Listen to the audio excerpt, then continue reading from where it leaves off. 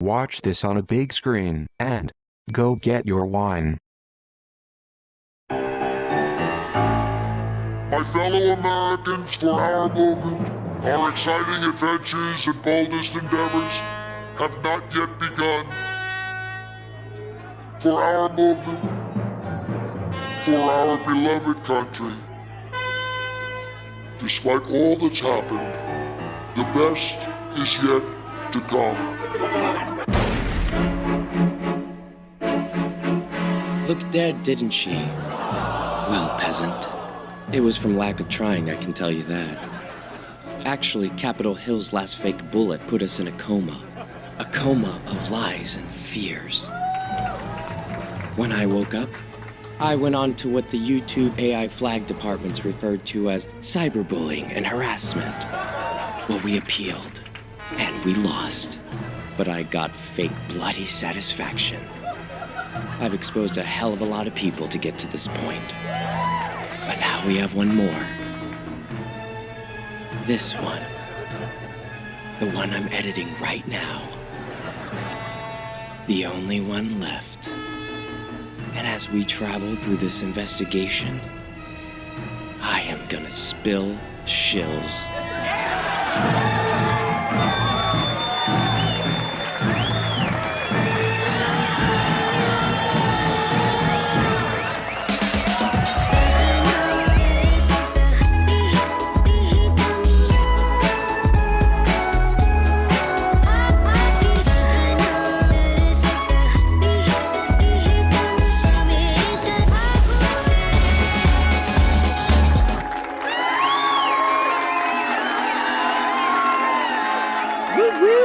Oh yeah, so we broke the internet with our Capitol shooting video. Hey, 2 million combined views ain't so bad. And if you haven't seen it, we recommend viewing Act 1 before continuing, as you may experience some confusion. Links in the description box. While the mainstream media came out of their mockingbird nest to say that the FBI was getting involved, a lot of us thought we would see some clarity in regards to the January 6th event. But we didn't, so we're gonna do it ourselves, okay? Much like yellow is the new black, the DC riots are the new Boston bombing. Woof. A lot of you are convinced that this was somehow about race or an infiltration by Antifa, but we will come to find that none of those components exist in our story. Something more sinister is at play. And yes, it's likely you may be triggered by some of the information we are to share with you, but come on, put on your big boy / girl / non-binary pants on and see it through. In this episode, we're gonna journey through the January 6th timeline of events in 889 angles and identify all props, characters, mistakes, and bad acting, with additional commentary from all sides. Here at Woo's News, we are unbiased in our reporting and have zero affiliation with the Democratic or Republican Party, Q, BLM, Antifa, 3%ers, or Proud Boys. But we support everyone's right to choose their own adventure. Yeah. So let's begin our journey by setting up the stage. On December 21st, 2020, Aria Kovler, a political consultant with a background in government relations, tweets, "On January 6th, armed Trumpist militias will be rallying in D.C. at Trump's orders. It's highly likely that they'll try to storm the Capitol after it certifies Joe Biden's win. I don't think that this is sunk in yet."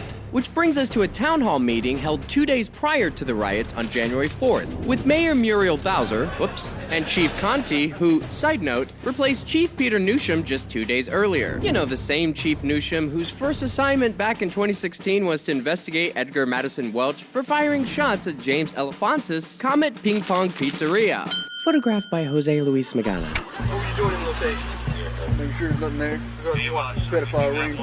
Regarding what? Pedophile ring. Pizzagate. He's talking about Pizzagate. Where the Pizzagate conspiracy was laid to rest and fake news became a household phrase. And still no word as to why DC officers publicly uncuffed Welch, which is not a protocol in their general orders. It's also interesting to note that Edgar Welch, who's an actor, played the gunman in a short titled Something About Pizza, which has since been removed from IMDb, but you can certainly find it using the Wayback Machine. Now, on to the town hall meeting. exciting. The DC National Guard will be assisting the Metropolitan Police Department. That will allow for the police officers to focus on anyone who's intent on instigating, agitating, or participating in violence in our city. This is serious business. A fair and just election is being questioned, and it angers me actually that any elected official would incite violence, and I call on them to stand down. Joe Biden and Kamala Harris will be the president and the vice president on January the 20th.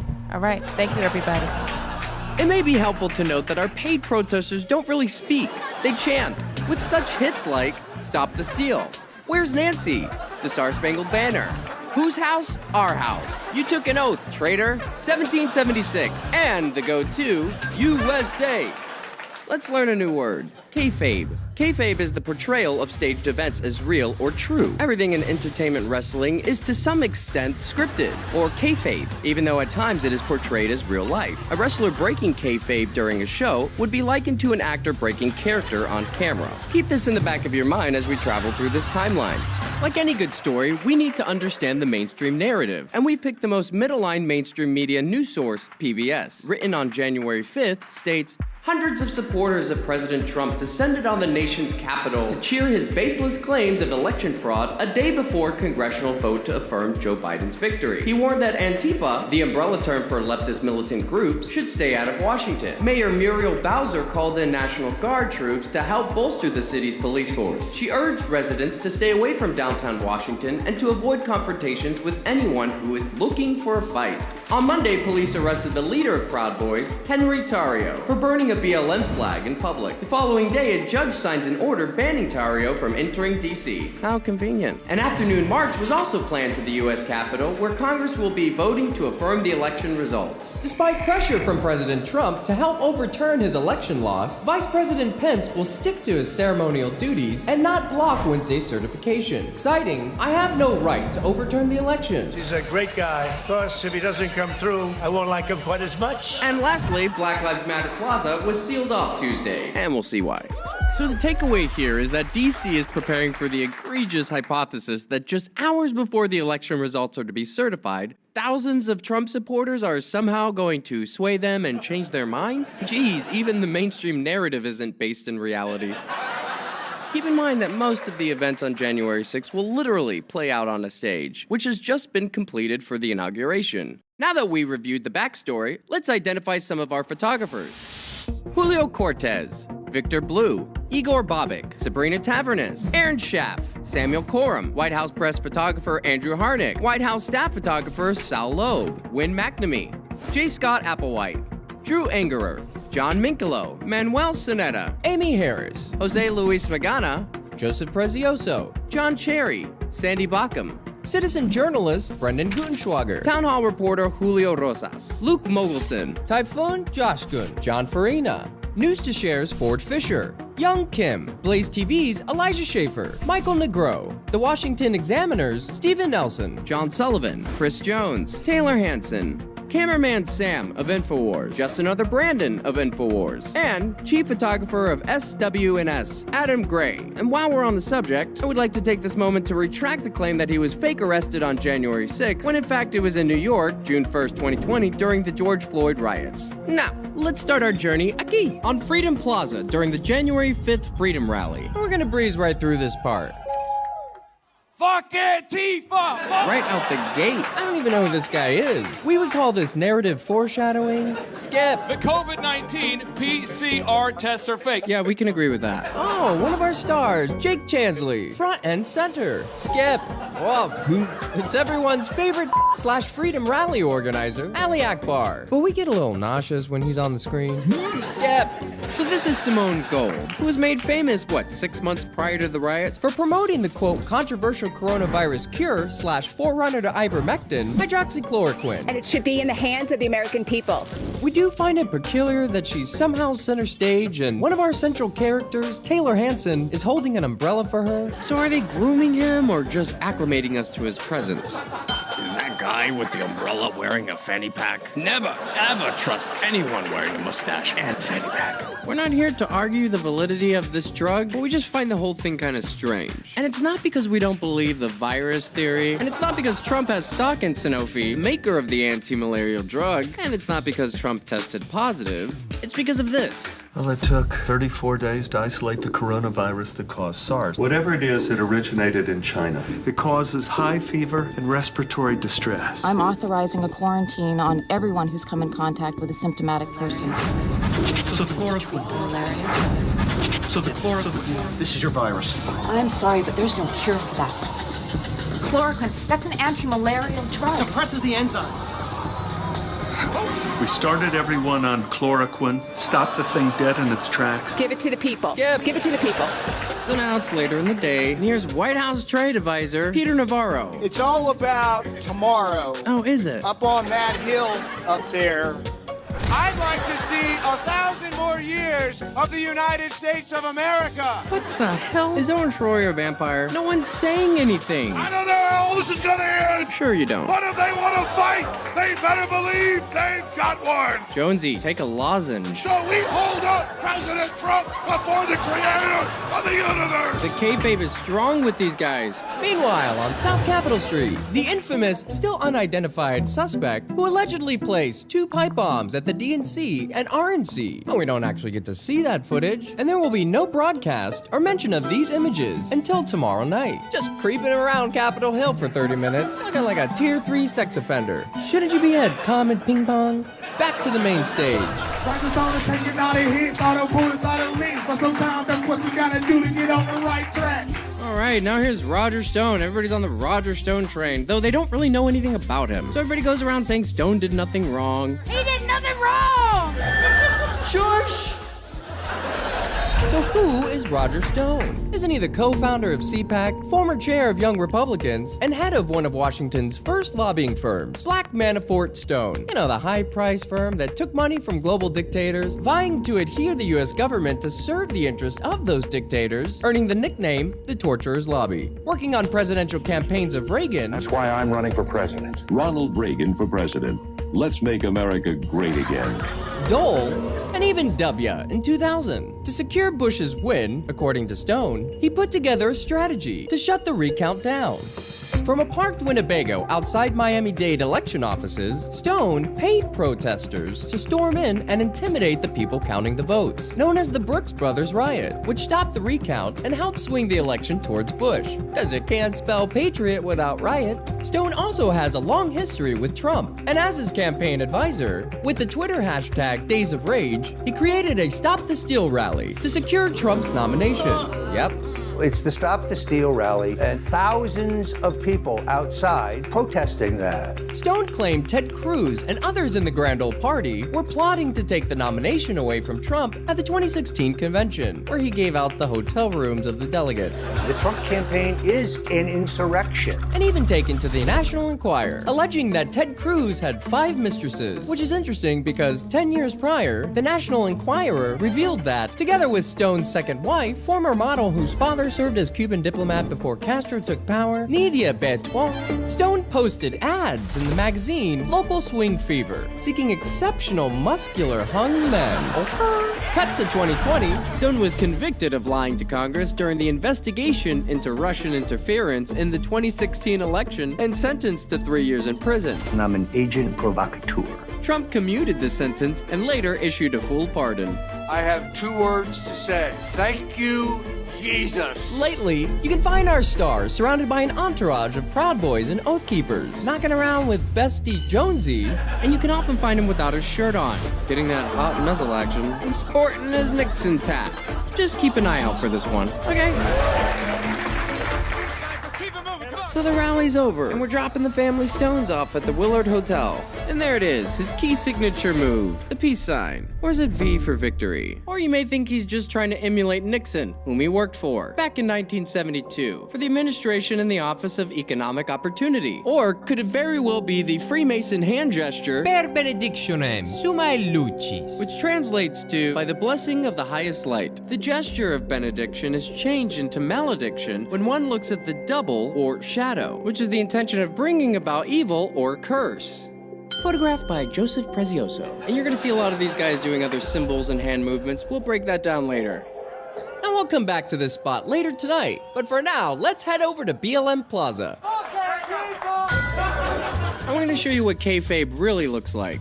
Remember, Mayor Bowser and Chief Conti said that they had blocked off BLM Plaza. Oh, look at the cops scrambling! And now we're gonna see why. So all of our players are coming together for Little Insurrection Eve After Hours K-Rally. But with a new twist in the storyline. All of our protesters are suddenly anti-cop, where historically, most Trump supporters back the blue. Just wait till you see their cop hate performance tomorrow. God bless the Patriots. Right now, cop. Okay. Everyone is paid to be here, except one. So now they've formed the police line, as our players take turns approaching them with their best angry face. Like this Ultimozione / Baked Alaska, trolling up the crowd. And this one, Robert Geeswine, show us what you got. Yeah, good job, bro. Remember that one person we believe is not a paid protester, but is rather a security officer who's gonna teach us the lesson of never f***ing with another girl's cell phone. Woo, that's gonna leave a mark. And now they whisk her way to the safety of our lifeless cops. Oh, but watch out for sneak attacks. Getting misty. And that's what we would call real blood, and get a good look at it. And now, one of our central characters, John Sullivan / Jaden, arrives to set with his lady friend, BuzzFeed's Jade Sacker. Tell me this ain't the most Antifa outfit you've seen in your life. So our star, who's gonna receive the bulk of the blame for tomorrow's clown show, is dressed like the opposing team, yet no one lays a finger on him. We would call this a continuity error. Keep your eye on this guy, and this guy, Ray Epps, who we like to call Captain. We're gonna see how they do all their tricks. And right here you could see Adam Gray getting all the photos. And you have Baked Alaska filming Captain in all of his kayfabe glory. We need to go, I'll say it, all right. We need to go in. Shut the fuck up, Boomer. To the Capitol. Again, this is narrative building. Guys, everyone here is paid to be here. This chick's gonna have center stage the entire night. Now here's where it gets juicy. Listen to what this guy says. We're gonna call him Razzie because of his terrible acting. BLM does matter. Yes, it does matter. BLM does matter to a lot of people. We do not want to see our streets overcome with terror. We do not want our streets. Shut up. Wait for it. Yes, BLM is our enemy. You hear that? BLM is our enemy. 52 seconds ago, he was just saying how BLM was so important. This is what these people do. These clips and these shots, they're gonna be used later for the news and all sorts of things. Still taking center stage. That's her job. Hey, what's up? See, everybody's just bored. Everybody's hanging out. Nobody really wants to be there. It's cold. It's late. But they have to be because they're paid. While you have ABC7 coming to film it all. When they cut it up into little bite-sized clips, you don't really know what's going on. This is how this works. Because you see what they want you to see. Well, we gonna see everything. And don't worry, guys. They are fake fighting. Fake arguing. This is the only time you're gonna see these people break character, by the way. Because you're not gonna see much of it tomorrow. So he's whispering to Razzie. They're making it seem like they're fake fighting. This is how they move the crowd. Make sure you know what's happening here. Yeah, we're figuring that out, Razzie. Wearing an InfoWars shirt. And there's Data. He's looking to get some shots too. And she's still going at it. They want to come off a little crazy. They want to come off a little unhinged, if you will. Now we have our cops just doing nothing. Take a good look at these cops. This one's wearing sunglasses. More narrative building. This is why they say DC residents don't come outside. And look who it is. It's Sandy Bacham. And none of these photographers ever fear for their lives. And coincidentally enough, Sandy's own son, Grant Udoff, will die tomorrow. And so Sandy leaves, but now she's gonna come back to say this to a paid protester. And like, when's that?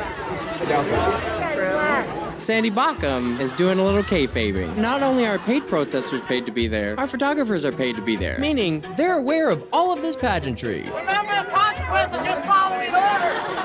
Nazis following orders. They follow them. They follow like the train. Cringy!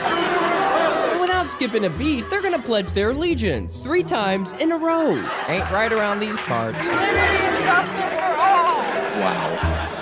So John Sullivan has Jade Sacker from BuzzFeed documenting his every move for a supposed Netflix special. By the way, Jade Sacker is the only one who doesn't know what's going on. There is nonsense happening.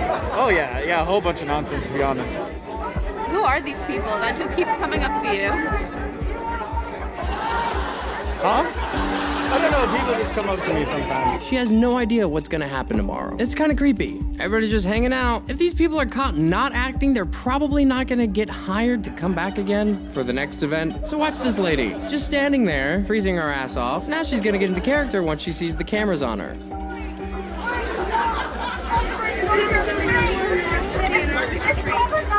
Yeah, and you're part of it. What happened to Razzie?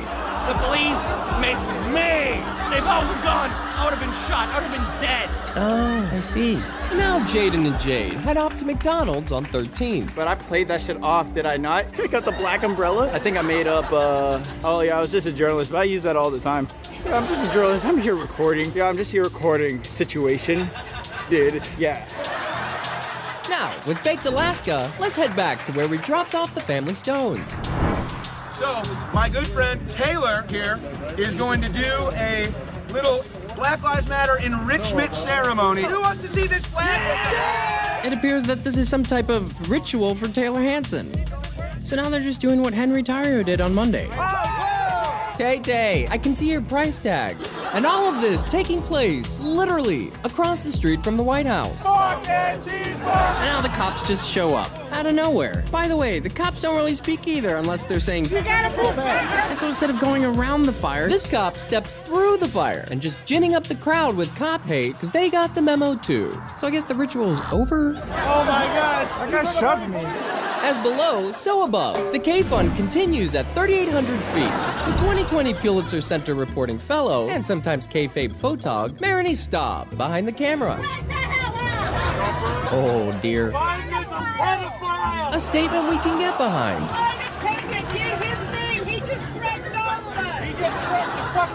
Oh Lord.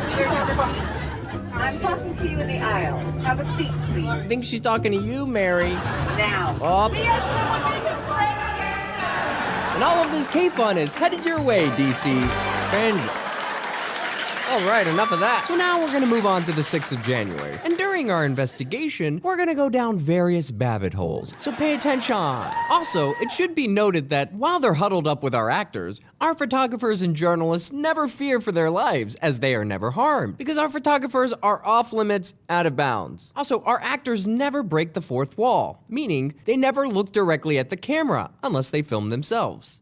Now it's a beautiful morning. And with that, let's begin our investigation, aquí, here on the Ellipse and the Washington Monument. Now, mainstream media reports there are 36,000 present at this DC rally. We'll just have to take their word for it. And the time is currently 9:31. Now let's head over to the main stage. Check 1, check 2, ooh, ooh. Okay, go back to music.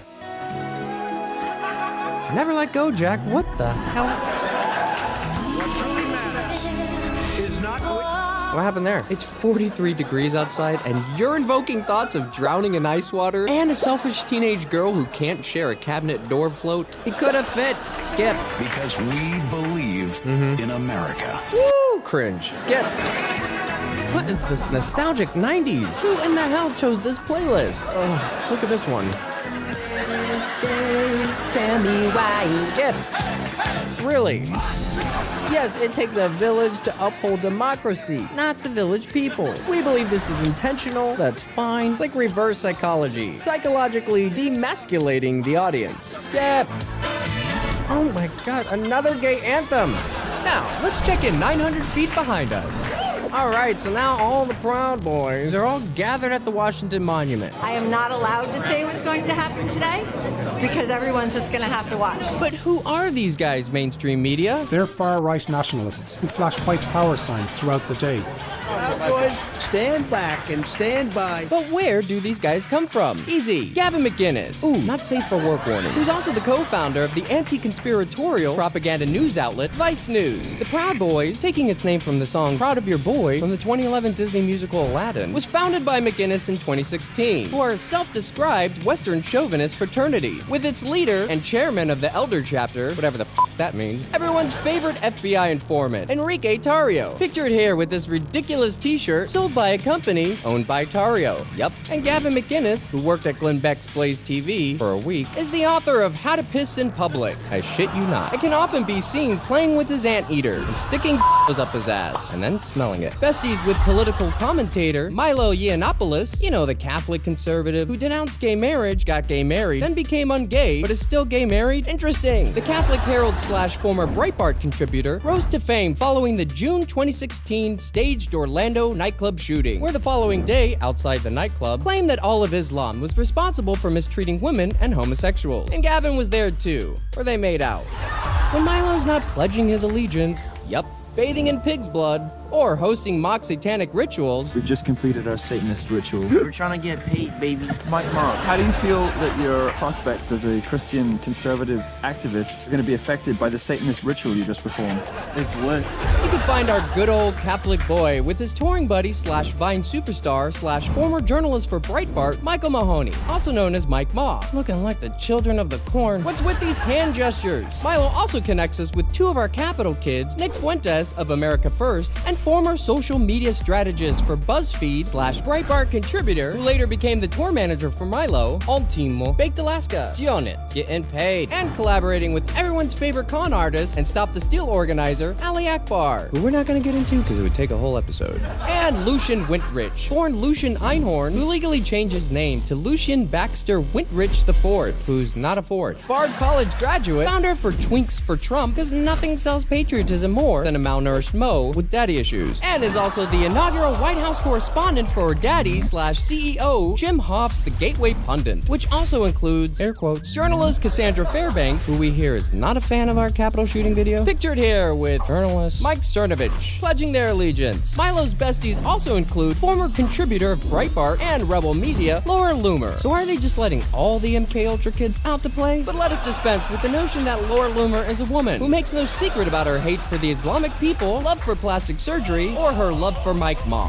Your hair and your eyes look so good. You're like beautiful. Thank you. We're just jealous because I have big tits and an Ashkenazi IQ. Yes, that's what it is. You got it. So now everyone's trying to get up on Mike Ma's dick. I mean, can you blame her? And in 2020, with the help of former Trump campaign supervisor Karen Giorno, a political and external affairs specialist with 25 years experience in public relations, who worked for the Daddy Bush, Son W, and Kill Linton administrations, secured Loomer's win for the nominee for Congress's Florida District 21, which happens to be where Mar-a-Lago is.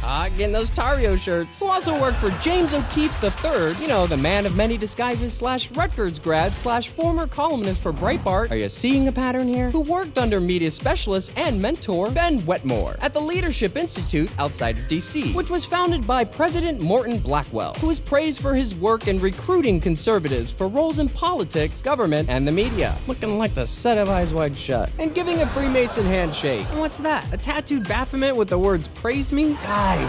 And it was O'Keefe's Project Veritas, whose sus and heavily edited, oftentimes downright staged, undercover videos that continue to enrage Republicans, filling their hearts with the hatred for the left. Hashtag divide and conquer. And sure, some of them may very well be good people, but make no mistake, they are manufactured and positioned accordingly, because all media personalities are grifters by necessity. So when these guys get banned from social media, the left says they deserve it because they're crazy racist. The right says the media is trying to censor them. The ban is proof of their authenticity, but they never consider that these bans may be part of the script. So they are hosted on other platforms, the echo chambers grow, and the donations flow. And all the while, big tech and government are intentionally stifling anyone, including us, who goes against the narrative. So ask yourselves, does this really look like the kind of kids who are truly invested in the well-being, prosperity, and happiness of Americans? Or someone who went to a fancy school, recruited, groomed, pumped full of money, and is now used as rooks in the psychological warfare for your mind?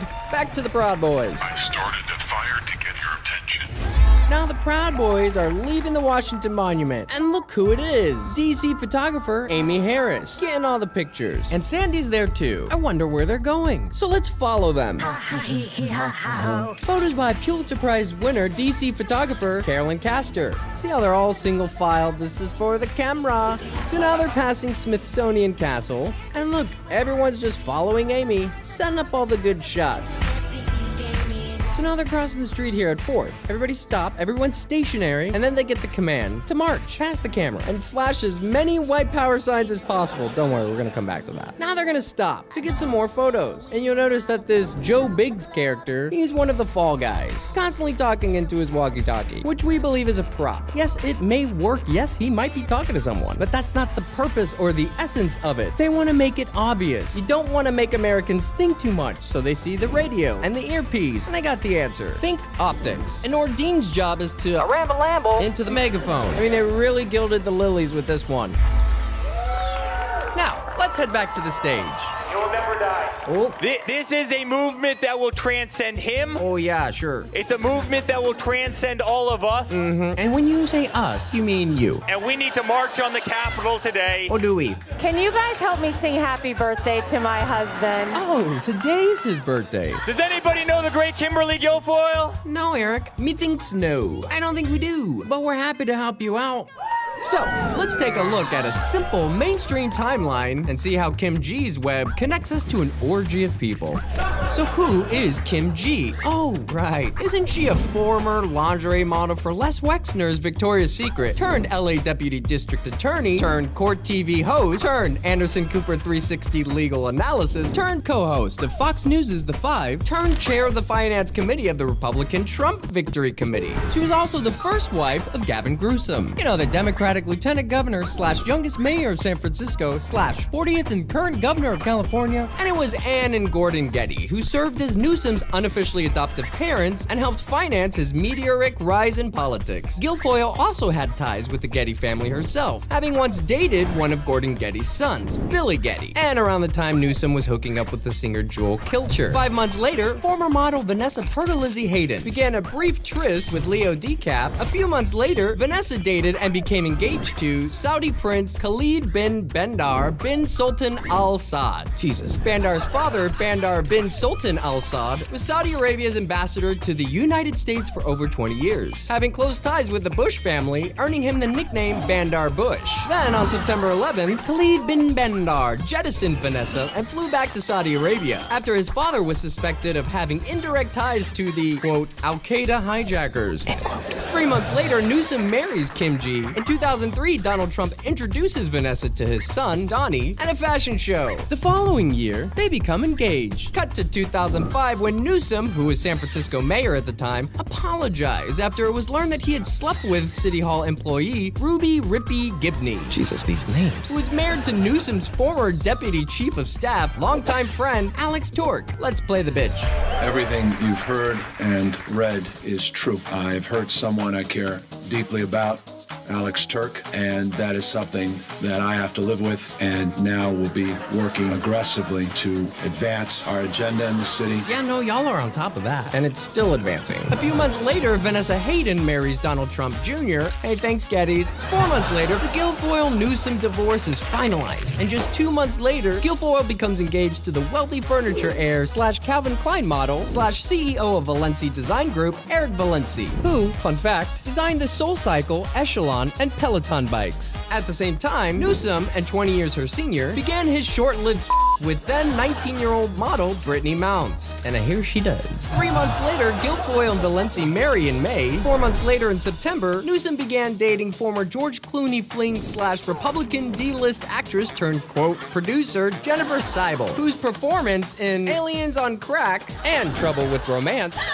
It's my mustache, isn't it? You don't have a mustache. I'm growing one out. You are. We're downright entertaining. February 2007, Newsom announces he will seek treatment for alcohol abuse, but that didn't stop San Francisco supervisor Chris Daly from calling out Newsom on his cocaine use. 4 months later. While the mayor of San Francisco artfully dodges every question about allegations in his own cocaine use, where does Gavin Christopher Newsom get his substance abuse services, and how much do they cost the city and county of San Francisco?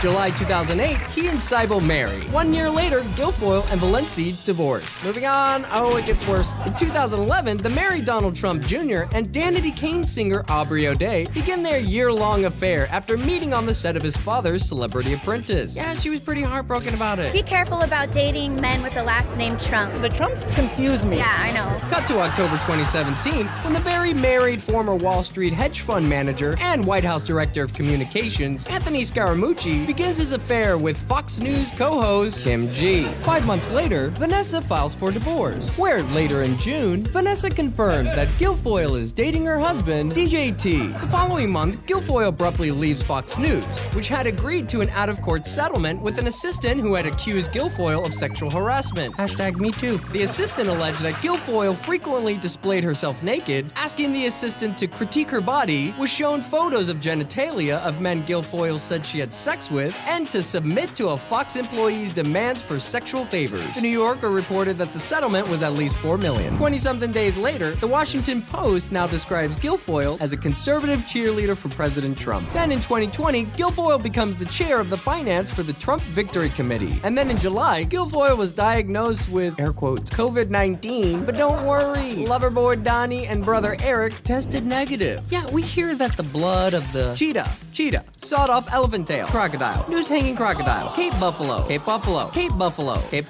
African kudu, civet cat, waterbuck, and endangered Argali sheep has something to do with building antibodies. And that's Kim G. Back to the shit. Woo! Ladies and gentlemen, the best is yet to come. Yeah, just you wait. You can be a hero, or you can be a zero. That is some lovely poetry. Meanwhile, 7 blocks northwest at the Hamilton Hotel, Jaden deliberately leaves a trail of digital breadcrumbs, uploading this post as he heads out towards the Washington Monument. Now, let's head to the east side of the Capitol for a little sermon shoot. Photographed by CBS News, HuffPost, and Newsweek journalist Mike Thieler. And now they're bringing out the ridiculous cross prop, which we'll see later, being crowd surfed. What is happening? Yeah, can we get everyone in there for a little Christ cuddle? Oh, he's got the rosary. And Photographer of the Year / Getty Images chief photographer, Win McNamee, not looking obvious at all. Photographed by The Hill's Stephanie Reynolds. You know how to push the narrative that all Republicans are crazy Bible thumpers? Back to the stage. If we're right, a lot of them will go to jail. No, they won't. No one's going to jail, bro. So? Rudy Giuliani lying through his dentures. Let's have trial by combat. Guys, why do you like him? Do you guys not remember? #never forget. Sorry to go off on another tangent, but we just gotta. On the day of 9/11, while the remains of the Twin Towers and World Trade Center 7 were still smoldering, one of Mayor Giuliani's first concerns was clearing away the evidence from the crime scene. The massive operation to haul away over 1.5 million tons of debris and to sell much of the steel to Chinese firm Baosteel at discount prices was not just an overzealous approach to clearing the area, but was itself a crime. We were able to move 120 dump trucks out of the city last night, which will give you a sense of the work that was done overnight. This should have been the most protected, preserved, over-tested, and thorough investigation of a crime scene in world history. Sadly, it was not. What I didn't know for years, what was going on behind the scenes, was that evidence was being destroyed when it was shipped off. To add insult to this injury, in the mad scramble to get rid of the crime scene evidence, human remains from the World Trade Center had been left at the Fresh Kills landfill, where the debris was sorted and the steel was sold. In 2007, Eric Beck, a senior supervisor of the recycling facility that sifted the debris, admitted that some of those human remains ended up in a mixture that was used to pave roads and fill potholes in New York City. But as grotesque as such revelations are, they are not the most shocking part of Giuliani's 9/11 story. According to Giuliani, they had been told to evacuate because they had been given a warning that the Twin Towers were going to collapse. This despite the fact that there was no possible way for this to be predicted in the first hour of the unfolding disaster. I went down to the scene and we set up headquarters at 75 Barclay Street, and we were operating out of there when we were told that the World Trade Center was going to collapse. How come the people in the buildings weren't notified, and who else knew about this, and how do you sleep at night? Ma'am, I didn't know that the towers were going to collapse. Mayor Giuliani oversaw the illegal destruction of the 9/11 crime scene and is criminally liable for the deaths of hundreds of emergency workers for not passing on prior warnings about the collapses of the Twin Towers. It is no wonder, then, that the fire department of New York so passionately detests Giuliani for his actions in disgracing their fallen brothers and covering up the 9/11 crime. Rudy Giuliani has used the horrible events of September 11 to create a carefully crafted persona. The urban legend of America's mayor needs to be balanced by the truth. So what is the reward for Giuliani's criminal actions on 9/11? An offer to become the head of the Department of Homeland Security in the event of a Trump presidency, of course. You're really beautiful. Yeah, it's Rudy Giuliani as Maggie Smith. And a woman that looks like that has to have her own special scent. Oh, thank you. Getting a whiff of that nanothermite. Oh, you took his phone. Nope. Oh, Donald, I thought you were a gentleman. You can't say I didn't try. Moving on. So it's 11 o'clock and Trump, will delay his speech by an hour. Wonder why.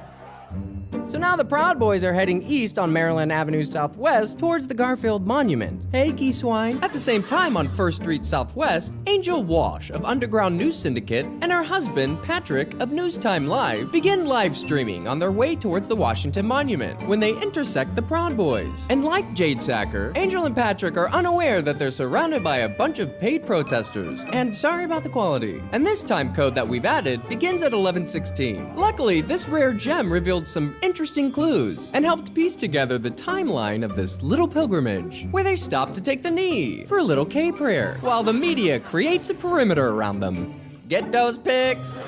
Oh, hey cops. What the hell are those? Now the PBs resume their journey as our photogs find a new angle. An Angel Wash in the middle of it all, just sticking out like a sore thumb.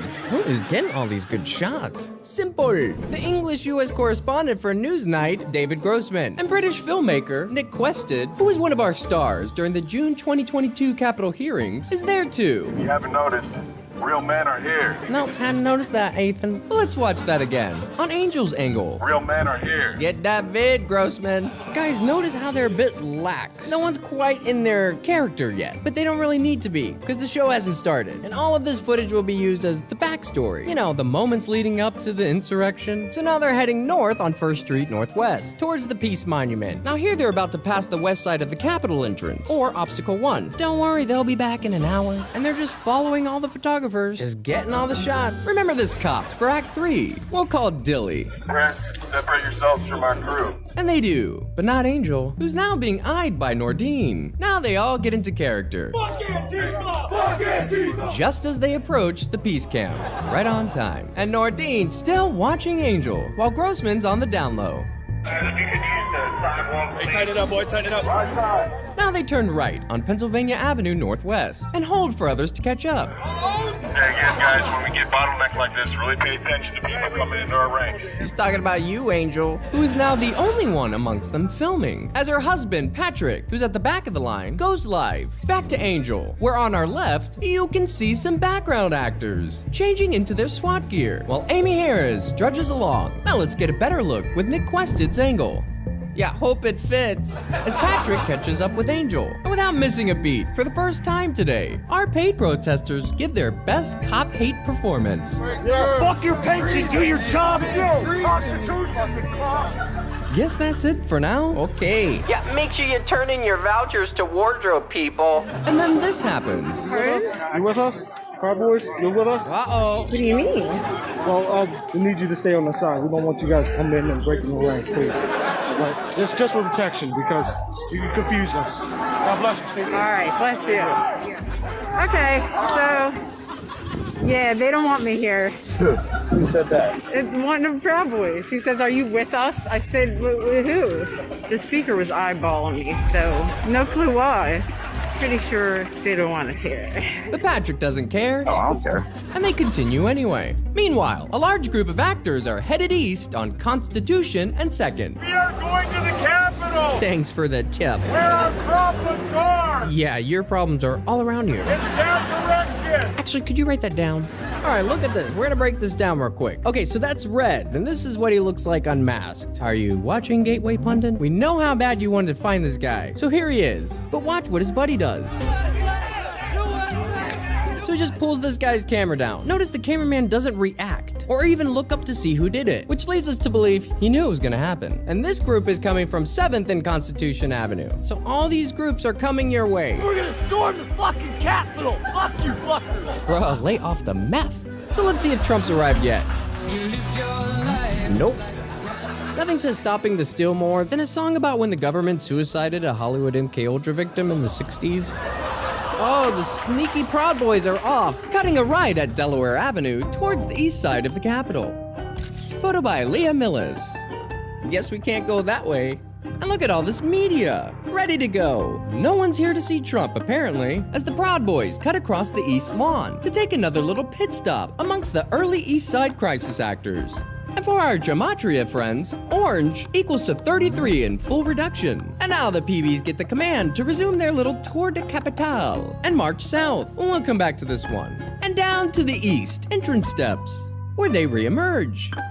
Photographed by Amy Harris. Now, why would they come all the way over here? What do you think it's gonna be, guys? I think it might have something to do with white supremacy. 9. I like your bat, geese swine. Harris discussing the next shot. Tighten up, tighten up. Tighten up, because we're about to have a massive photo shoot. Antifa! Video by Daily Beast photographer Will Summer. Now all these photographers come in like some kind of train or a gangbang. Amanda on her knees, getting up in there. Photographed by Amanda Andrade Rhodes. Jim Urquhart. Let's take a look at one of his photos back in November 2020. Does this look authentic? Does this look organic? Take a good look at it, see how they're all spaced, and holding a posture. It's imperative to learn these tricks of the trade. So John Cherry gets the best pick, who won the Pulitzer Prize for this photo. Now this picture was taken at 11:54. A member of a group of Proud Boys east of the Capitol makes the white power okay gesture. Ironically enough, this photograph was taken by Alfred Barnes. And yes, we're gonna see a lot of these Proud Boys flashing this hand gesture. But take a look. Is this hand gesture really about white power? Computer says no. That's something new. Westerners know it as the OK sign since 1952. In the Hindu religion, this Vitarka mudra is a sacred gesture meaning infinity or protection. This hand signal has been traced back to the 14th century and earlier, but it's also used amongst occultists as a symbol of fidelity to the coven, which is equivalent to the Latin words atop the all-seeing eye of Osiris on our US $1 bill, Annuit Coeptus, which translates to, he favors our undertaking, and as above, so below, Novus Ordo Seclorum, which literally translates to, new order of the ages. Good luck, everyone. Now that doesn't mean all these people are Satanists, it just means they have no will of their own, and just another grunt taking orders in the army of darkness. And enough of that, maybe Trump's come out now. What in the Stonewall Parade? Who made this playlist? They're playing it again!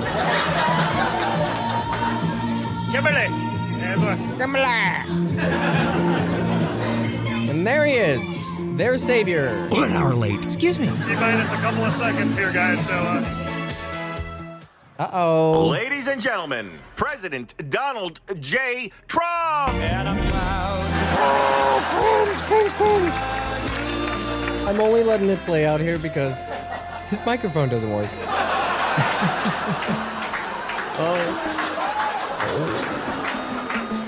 What's that all about? Getting a little annoyed? Alright, moving on.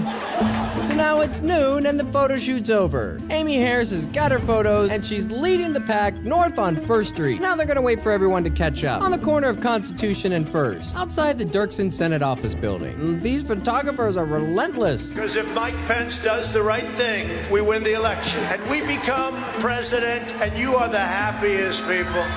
Now we're headed west on Constitution. And we're coming back from our little photo shoot, where Stephen Nelson, DC reporter for the New York Post, is gonna take this footage. And thank you, Stephen, for the timestamps. And now, one of our stars, Taylor Hanson, files in with the PBs, being led by a bunch of photographers. Notice the cop escort on the right. The guy in the scooter is Eddie Block. He has a shady past, but we don't have time for that. So now they're gonna turn left onto 1st. Oh, now they're getting into character. Now they're gonna take a pit stop on 1st and Constitution. They're just waiting around, getting their breakfast, and what could they be waiting for? Oh, hey, look, it's Data, who turns out to be the Ugandan-born / USC School of Cinematic Arts videographer, Young Kim, who works under his Rise Images banner, but the footage he captures today will be licensed to RMG News, who were the consultants and technical advisors for the 2014 film Nightcrawler, which is about an amateur cameraman who deceives, manipulates, and exploits everyone who stands in the way of his money shot. Let's check in with the west side of the Capitol. And it looks like we have some actors waiting outside in the cold and waiting for everybody to show. And remember this guy. We'll call him the Unabomber. I know that everyone here will soon be marching over to the Capitol building. You know they're there already. And I'll be there with you. No, he won't. So now the PBs are wrapping up their little breakfast. Now Amy's gonna walk ahead so she can get photographs of them walking by. Just like this. Making their grand entrance down First Street. And now it's kayfabe galore. Remember this guy, William Pepe. And now they're synced up with all the other actors. And now they've arrived. And now we can proceed. And look at all these people just waiting for them. All right, go join all your kayfabe friends. Now Mayor Muriel Bowser and Chief Conti have talked extensively about all the force and backup that they're gonna call to prevent something like this. So let's take a look at our first line of defense. You've got to be shitting me. Is that a side ponytail? Background actors. Crazy lady number 2 just shouting at them, because that's her job. I know, it's hard to look at this. Getting the photos. Creating a narrative. Fake as crisis actors. We'll call this guy GIK for kayfabe. So now Ryan Samsel's gonna whisper sweet nothings to Joe Biggs. And there's Victor Blue. And there's Sabrina Tavernez. Getting the pictures. We'll see later shooting the Babbitt death sequence. Yep, just waiting for the showdown. So now they've all pooled at the entrance of the Pennsylvania Walkway. And right away, Ryan Samsel gets the command to approach and makes a beeline towards Obstacle 1. And everyone follows him. Whoopsie-woos. You know where the cast of Pacific Blue is waiting for him? Notice how they already have their hands up, which we learned all about in Act 1. And this footage was captured by everyone's favorite Blaze TV's Elijah Schaefer. Get a good look at these cops, guys. Notice how they're already grouped, spaced out, and in line. And here you have Happy, cause she's happy for hours. As we come into Obstacle 1, Samsel checks back to see that he's not alone. Notice how the plastic liner's still laying out. Alright, we've got Cop 2 from our previous video, pretending to phone it in. It is indeed a side ponytail. No, please don't do that. Everybody's just laughing, hanging out. Look at this cop. He's laughing with the guy. Shooting the shit. Never knew an insurrection could be so funny. And over here, it's the barricade dance. The only game they really have, other than the awful chanting. Looks great for camera. You gotta keep the actors busy. Now Samsel dramatically taking off the jean jacket that he's gonna throw to the ground and never retrieve. That's not normal. Now Epps comes up to Samsel. We know what a wonderful kayfabe actor Epps is. He's just whispering for the dramatic effect. Back and forth, and no one has a weapon. And now we have Miss Barbie to the right, who turns out to be Caroline Edwards, who is one of our stars during the June 2022 Capitol hearings. Woo! That sounded real. And Barbie hangs on, and here the momentum catapults Barbie's right shoulder into the rail, injuring her. So you can see Samsel put his hands up to his head. He f***ed up. That wasn't supposed to happen. And so now look, they just come around breaking character to check on her, which is nice. Which tells me he could be the controller of this scene. They don't want anybody actually hurt. I know that may sound contradicting. The purpose is not to harm each other. The purpose is to get dramatic photos and videos. So they're just grabbing. What the hell are they doing? The cop got a headlock and a cop? Now you have this cop come down. Can we call him Enrique? Look, he's just fighting the air. If you know anything about stage combat, it looks just like this. It's just the game of slap and tickle. And this cop just pushes him. He just pushes his head down. God, you guys couldn't get better actors than these Keystone cops? And to our right, we're doing a little remodeling. And now they all start to pour in. Teamwork. So now Tony just makes his way up the stairs because he's our wonderful kayfabe cheerleader. Put a little bit more into it, side ponytail. Give me something. No facial expressions, just nothing. Because she is dead inside. And they just retreat. And they defeat Obstacle 1 in less than a minute. Didn't even put up a fight. And they just scatter like the terrible actors they are. And they're making their way up. Making their way downtown, walking fast on the grass, and they're Trump bound. Look at Schaefer had just making his way through the crowd. Woo! Breach the line. We need backup. This is now effectively a riot. USA, stop the steal.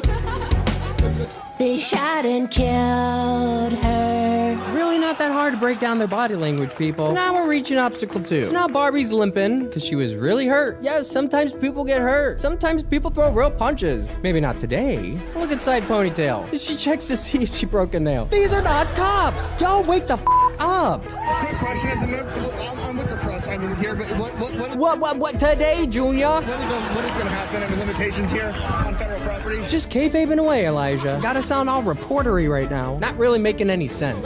I'm just, okay. And she doesn't say anything, because she's not a real cop. She's a side ponytail. Are you listening, side ponytail? You're terrible. So is no one gonna point out the obvious here? That's okay, we'll do it. We have to do everything around here anyway. Guys, if Blaze TV sends a reporter out to DC for the very purpose of capturing Trump's speech, which won't be over for another 15 minutes, but instead is the first human in all of the world to be standing at the gates of Obstacle 2, this guy knew it was gonna happen. Just like all of our fake Trump supporters, our fake rent-a-cops, and our very famed photographers and reporters. I mean, what else would you call this if not an inside job? There's this crazy thing that's called journalisming. Let me break down what you saw there.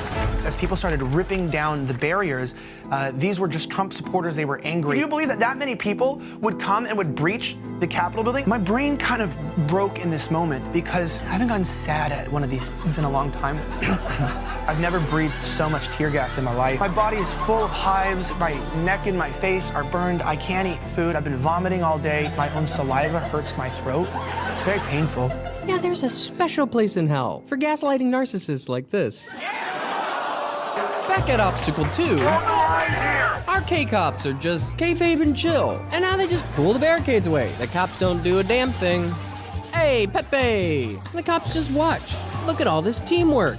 And Ryan Samsel takes the lead. Again, what do you think he's gonna go do? And what are these floor signs? Well, Cop 2 does his best kayfabing, you know, just standing there. And they're gonna hang here on the Pennsylvania walkway for a minute, which is exactly how long it takes to defeat Obstacle 2, as Aaron Mostovsky makes his way in. We storming the Capitol. Ugh, now Unabomber's coming into the scene. Oh, just a little nudgy. We'll see this cop, Epps, later. Not to be confused with our captain, Ray Epps. So as they're filing in, we can see these mini fire extinguishers on top of these plastic fire mates, already set out. There's Victor Blue. Good job, Pepe. I like your radio. What in the hell? They're just filing in.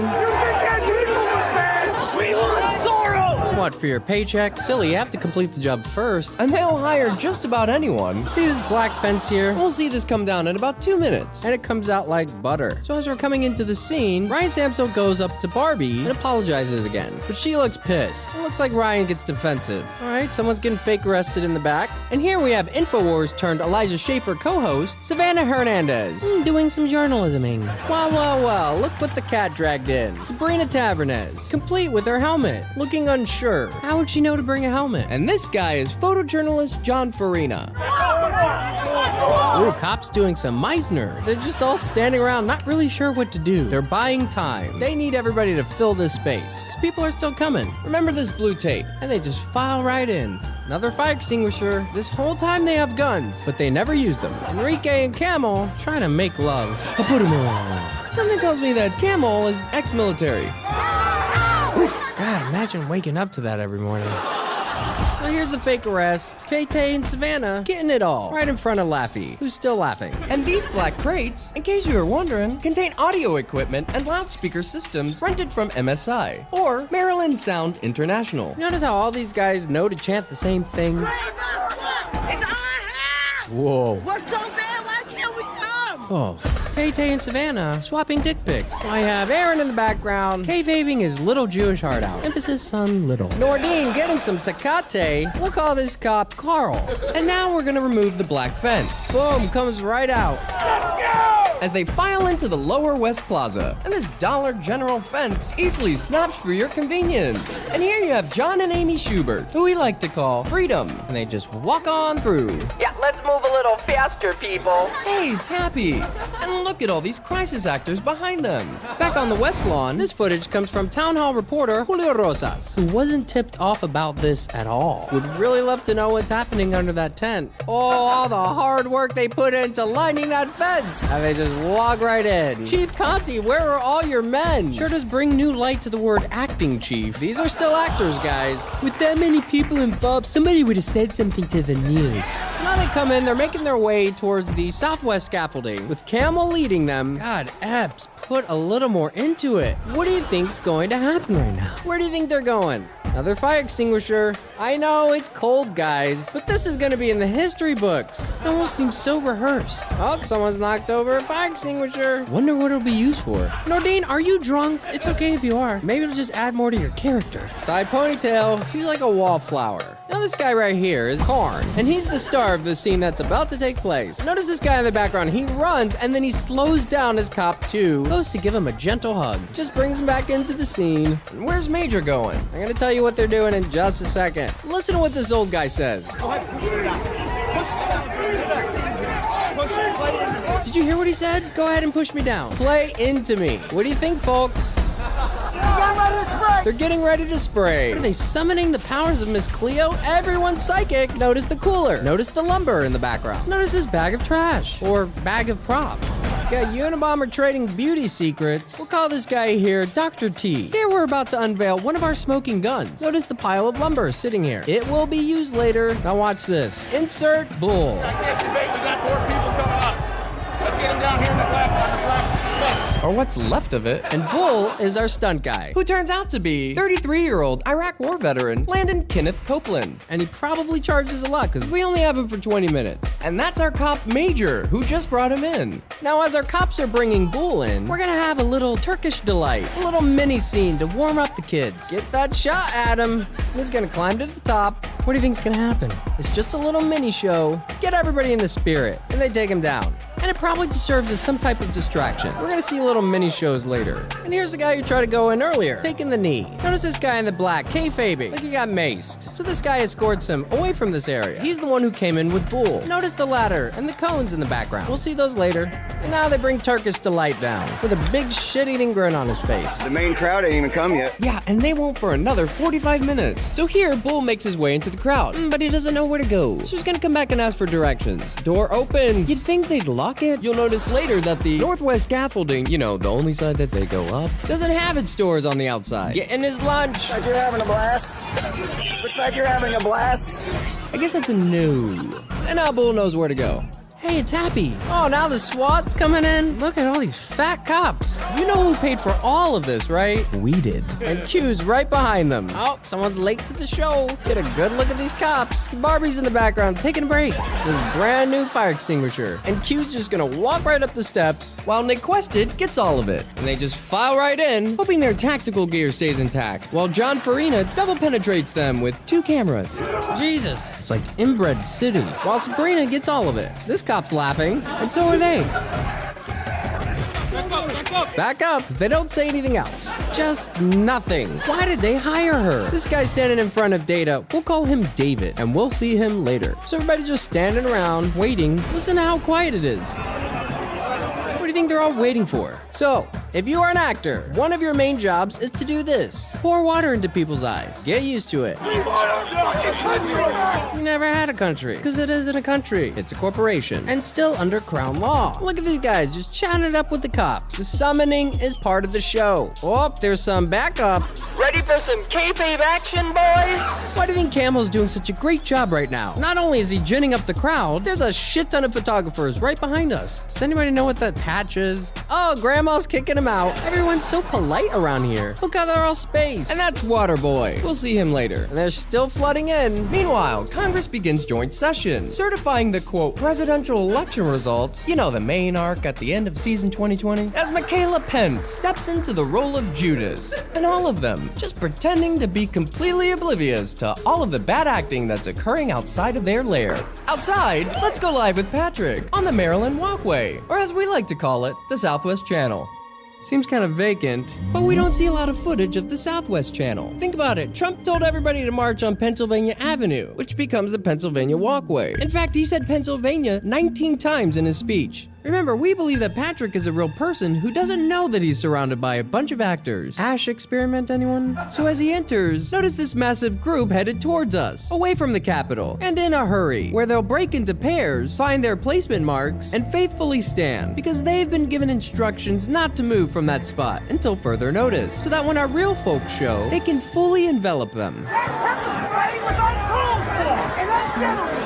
Is that Gilbert Godfrey? And now the Scriptures duo take their position and begin their bullhorn Bible-thumping rants. Get a good look at these background actors. We are so honored that they hired us as crisis actors to come here to the Capitol, and we're going to blend in with everyone au natural. We are going to storm the building. We're gonna take it. Now let's cut to Angel, who's still on the east side, where they've set up a live screening of Trump's speech. And I say this, despite all that's happened, the best is yet to come. Over yonder on the west side, everybody's just cruising around like this is Lollapalooza or something. Might as well be. Oh, just a little boop boop, and that'll get you fake arrested. No! The hell? You can't blame these guys. They've never fake arrested somebody before. Oh, there's the cross. Hope they sanded it down. Oh, guess not. G.I. Kayfabe, chatting it up with the cop, sees the camera on him, and starts malfunctioning. Oh dear. What happened there? Maybe the power of Christ compelled him. So as they cross crowd surf, why do you think they've come up here? We're just gonna spoil it for you. There are 4 reasons why we believe they've come up to this spot. Number 1, to have all of our newcomers fill in the space behind us. 2, so they can bring out all the barricades when they push everyone back. 3, so we can buy time with our photographers before all of our real Trump supporters show in 40 minutes. 4, and most importantly, to dress the set. Meaning, this backdrop is too pristine for our photographers, and we need to get it a little bloody dingy gringy for our cameras. So let's break it down now. Now, Bull has entered the scene, and notice Karn having a little conversation. And not safe for work warning? But while you're watching Karn, you gotta watch Bull too. Now watch what Karn does. He does this little thriller dance. And notice Bull constantly looks in the direction of Karn. So after Karn does his little thriller dance, Bull turns to the right and he nods. And he bends down and he just makes his way over to Karn. And he just stands there. And then he puts his arm around him. The story goes is that Karn is shot with a rubber bullet in the cheek, and it pisses Bull off. So let's see if it really happened. This is the impetus that Bull needs to get all riled up, because he's our stunt guy. Now let's take a look at this blood. Now the color of this blood looks completely different than this. And the spatter here doesn't really resemble a cheek wound. Got a bottle of peroxide in the back, and they're gonna get as much fake blood in this area as possible. And then they're gonna trample through it. And now you see what we mean by dressing the set. So now Karn just nonchalantly spits the blood capsule into his bottle. And now Melina enters. She just pours water onto the wound. Notice that Karn doesn't even look to see who's doing it. He just expects it. She's the source of all the spatter, dressing the set. Don't put water, you got caught. And she dumps some more water on the blood. And now he's squat, so Samsel and Pudge can treat him. So if you're wondering what that is, it's wound sealer. And when they do these types of drills, they would treat this like a real wound. And take a good look at it. And this is what it's gonna look like later. So now he's gonna try to take it out. No, leave it in there. Just leave it in there. Leave the ball in there. Now listen to what Melina says. He needs a medic. I am a medic. He needs a medic. I am the medic. She forgot she was the medic. He needs a medic. I am a medic. You want me to leave it in there?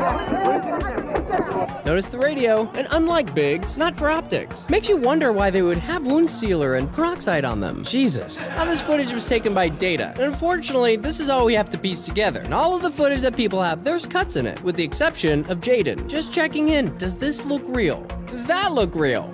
Getting all the pictures. This fake cop, we'll call him Trapper. Notice his nameplate is missing, as he exaggerates a dramatic muffled monologue. You can see Melina holds up a can of Wound Sept Plus, because she's gonna disinfect him. No, she doesn't. She doesn't take him anywhere. And you can see Karn tilt his blood bottle, and Chief just watches along. They're just buying time. And remember, Karn has a big photo shoot later, while Nick Quested gobbles it up with 2 cameras. So this cop's gonna bend down to check on Karn, just keep spitting in that bottle, because we're gonna use that later. And now the cop attempts to escort him, but he's intercepted by Samsel. I'm with them. Ugh. Okay, this isn't a league of their own. Let's get ready to kayfabe. Samsel, less fake anger and background. Oh, I can't believe it, JR.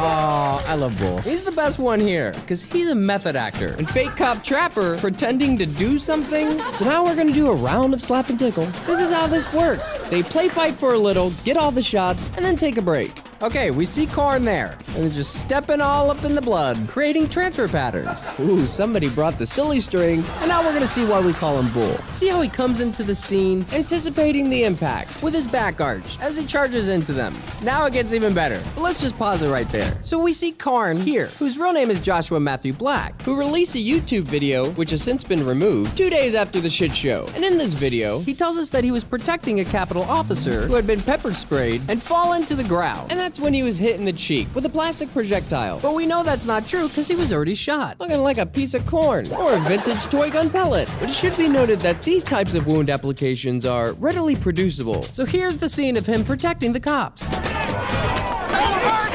Don't hurt him! Did you hear that crunch? That's his blood bottle. Oh god.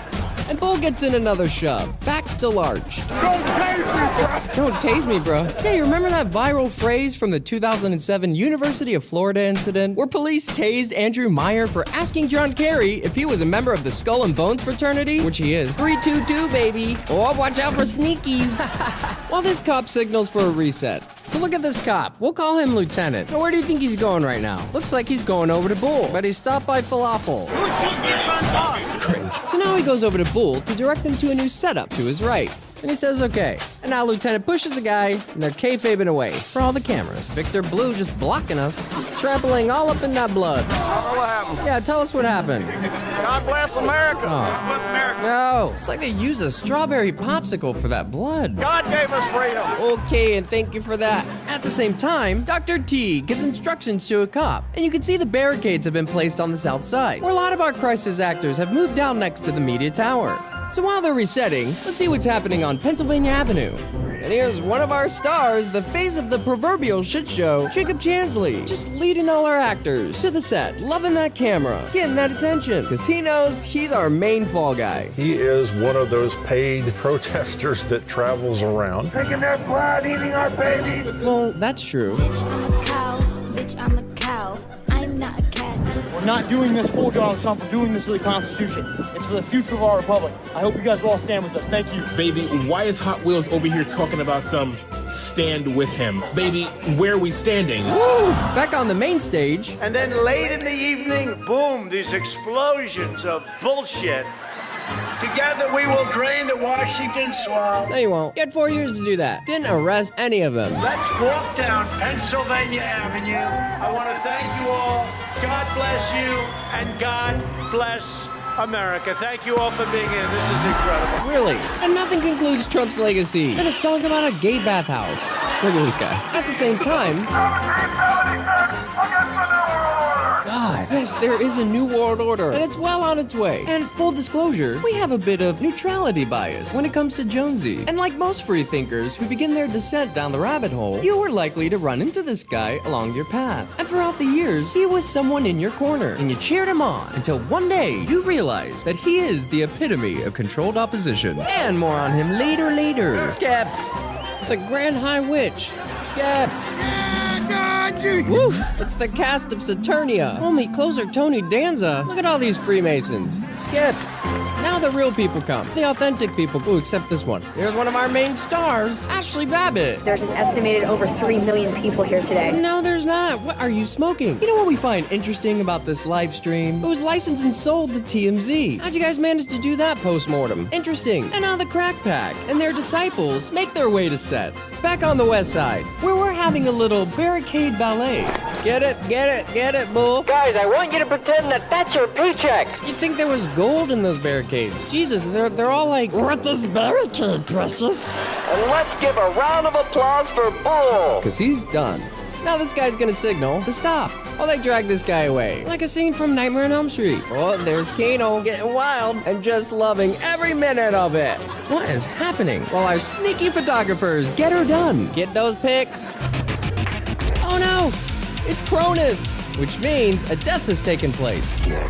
Benjamin Phillips, founder of Trumparoo, who organized a bus of Trump supporters from Pennsylvania to DC. Several people called Phillips' cell phone when he failed to arrive after the shit show was over. And one of those calls was answered by Washington police, who told them that Phillips had suffered a stroke while he was looking for a parking space and died at George Washington University Hospital, per Francisco Diaz, who will become our chief medical examiner in 22 days. To complicate matters, Phillips' obituary will not be released for another 4 months. So let's see what transpired.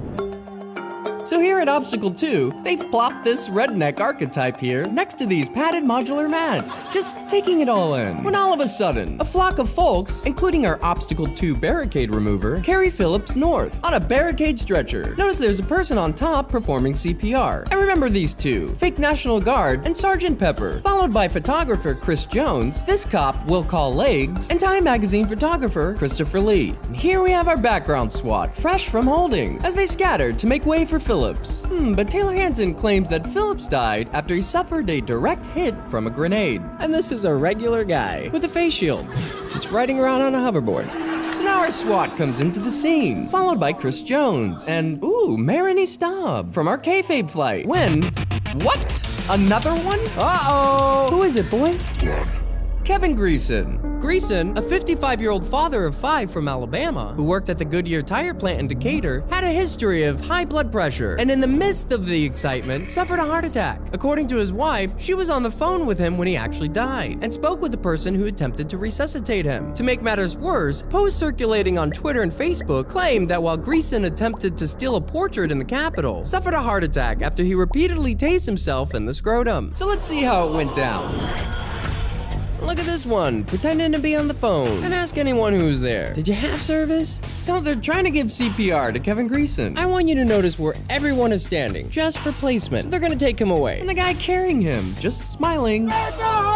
Make a hole. Ugh, if I had $1. So they put him down and do it again. It's the same people. This is still Tyler Baggins' footage, who, by the way, sold his footage to Storyful and licensed to the New York Post. Remember that blue tape? So this tells us they're right by Obstacle 2, by the northwest entrance. National Guard out here. That's not the National Guard, y'all. Tyler Baggins still lying through his crooked teeth. And now they take him away. Wonder where they're going. So now they clear some space, because they're gonna set him down again. One last time. And look, fake National Guard and Sergeant Pepper are here to assist. Again, what is going on? And Legs is there too. Hey, it's Dilly. So now they bring out the Stryker Pro XT stretcher as the DC Fire Department attends to him. For clarity, we're not here to argue the fates of Greason and Phillips. But what are the chances that both of these men died of heart attacks in the same location, at the same time, and aided by the same people? But they take him and the defibrillator away on a stretcher trolley as fake National Guard and Sergeant Pepper lend a helping hand. Again. Now, let's due north and check in with Angel Walsh, because we're gonna do a quick perimeter sweep. Oh, now they've erected the hydraulic wedge barriers. Oh, so that's where our real cops are. Oh, let him go. As award-winning filmmaker and 6-time Emmy-nominated writer-director, Michael Negro makes his way to set. Back to Angel. Yep, just waiting around in the cold for further instructions. Oh, we'll see him later. And look at this shopping cart of goodies, because you're not coming to set without a Trump hat or a Trump flag. As Angel enters the Southwest Channel. Keep moving up right, keep moving up left. We need everybody to fill in those holes so they can see us. And you'll see why the Southwest Channel is so important for harboring our actors. See how they're all paired, placed in space. Yep, just frozen, like their souls, ready to mix in with the real Trump supporters. Even after 10 minutes, our Bible friends are still here. Jesus, look who it is. Bull, on a phone call, looking all haggard. And look at this family, on their marks. There's so much room to go in, but they just stand around like the zombies they are. So let's go in further. Oh, we've got some Oscar-winning performances. Robert! At the same time, David there, living his best life. And this footage comes from photographer foe, Benjamin Diaz, who has a lot of experience capturing these staged events. Oh, and now our photographer joins us. Now Benjamin's gonna elicit some commentary from this man-child. I think that they should be focusing on Antifa, spraying them and not us. Whoop, more narrative building from children. We will not bend! We will not break! Cringy! Take a look at these people! Cringy! Who the hell is that? Remember this one, Bono. And David's run out of things to do. Look at this guy. Just pop the gate right out. And they strike it, removing it from the set. La la la. So now David's on his speakerphone. Listen to what he says. the lanes are like a mile back. And back to the main stage. So now Kano brings out his best men. Oh, just a little nudgy. Woo! When translated into kayfabe, that's just a little tickle. Now another round of bury the treasure as we shift your focus to the camera crew. You know, the ones who capture the lie, then packaged and sent out to you for your attention. And it works every time. Snap, snap. Oh, Kano roiding out. Okay. You see this woman in the background picking up hats and gloves? When they break, she goes around and clears the clutter from the front lines, so we don't want anyone to slip and hurt themselves. Hey, it's Bike Cop from Act 1. Open your eyes! Yeah, open your eyes, Americans. And here, Amy Harris giving a little love tap to John Minkolo, who reciprocates, because they're all friends, just like the Republicans and Democrats. And this is a big reunion for all of our photographers. While Julio Rosas, yeah, we see you, looks for a more deceptive angle. And in comes Waterboy, waving his flag, might be on the spectrum. And this cop's just laughing. Audience, please, tell me, do these cops look like they fear for their lives? What is this, Edie from Grey Gardens? Hey, you know this is recording? Such a friendly insurrection. Still giggling like a little schoolgirl. Oh, he's got the rosary out. Now I just need some garlic. Yeah, just smiley Savannah over here. Why do you think he's posing with the rosary like that? All right, let's pause it right there for some context. You are evil! Egypt, 2012. What do you think this is? What do you think they're doing? Oh, getting the pictures. That's right, it's a kayfabe photo shoot. And every time you see these kind of pictures like this abroad, they're all staged. All of them. I mean, hello, Afghanistan Taliban revival. Look, this guy forgot to die. Yeah, holding the Bible open. Oh, so sad. Notice how all the signs are in English. It's because it's for you. And you'll notice here that Morsi's name is misspelled twice. And upon further investigation, all of the protest signs appear to have been created by one person. We're gonna protest until the return of the legitimate president. Sound familiar? And here's some context for your context. Morsi had won Egypt's presidential elections in 2012, and by decree had expanded his presidential authority and removed judicial review of his decrees, which was approved in a national referendum with 33% of the electorate voting. 33, there's that number again. The opposition claimed fraud in the process and called for an inquiry. Jeez, where'd you hear that before? This resulted in, quote, violent clashes between pro and anti-Morsi protesters. And 6 months later saw the end of Morsi's presidency. Got the fake blood while the doctor checks the pulse. I bet there's one there. Later, Egyptian prosecutors charged Morsi, and during a court hearing on espionage charges, Morsi's final words were, "My country is dear, even if it oppressed me, and my people are honorable, even if they were unjust to me." He collapsed a minute later and died. Nope, not sketchy at all. Wonder if he was Epstein. I'm just kidding. That guy's still alive. These staged protests, complete with crisis actors, are happening in every country every single day. Allah Akbar, why? Guys, these people are poor, and they don't know what they're doing. Now, do you see how these picture poses relate to our capital friend? Same shit, different countries, same cabal. And there's your context. Back to the clown show. So now we're on the east side of the Capitol, where ain't much going on, but we have some actors waiting. And back on the west side, the camera pans to reveal Blue, unmasked. Are you listening, Gateway Pundit? Oh, so this is our time to get some really brutal shots before all of our real Trump supporters show up. Because after this, they're gonna send all of our actors down into the courtyard area. Notice how no one reacts to the mace, because it's water. And this guy's job is to just wave the flag back and forth. This is not a Wim Hof meditation. Oh God. Ooh, Pudge getting up in there. Listen to what these two frat guys say. You fucking pepper spray us. You beat us. Fucking scumbags, all of you. Yeah, you guys are pathetic. Hey, he's getting ready. Oh, you're getting ready to scream me? All right, later, you fucking bitch. It's all fake, guys. And look at these brand new sweatshirts. Devil horns. Excuse me. How is it? How is it? Oh, Unabomber. A little fruity in the booty. Hey, walk up to the front of the fucking line. Come here. Oh, Tay-Tay taking the initiative. He needs medical. Whoop, Cord. Looks like you have a little something in your cheek. Well, listen to what this cop says. Anticipating some water sports? That's gonna make a hole in your lip real permanent. Ooh, shouldn't that sting a bit? Look at this guy, Edie the water boy. Like he's fighting his demons. Oh, we need a barricade over here, guys. Look, they're just standing around. A lot of waiting around, guys. Oh, forgot your taser, bruh. And here, have it back. So let's see what happens if someone's injured. Oh, Grandpa down. Grab your stuff. Grab your stuff. Grab Important stuff. Where are we going? That's right, guys. If you are injured, you will be removed from the set. Yeah, get me a medic. Yeah, get him a medic. And they're gonna repurpose him. Background actor down. Oh, look at this guy. We'll call Fisted. This is pathetic. Got it. Photo by John Minkolo. Give me another one. Give me another one. Yeah, just give him that fluoridated spritz. Come on. Oh, grandma's down too. Quite literally. And if you're wondering what that is in his pocket, great controversy. The untold story behind the Vatican's rising influence in America. Yeah, Satanism. And now they take her away. It's a beautiful wig. And just like that, the grandparents are out. Sponsored by Deer Park.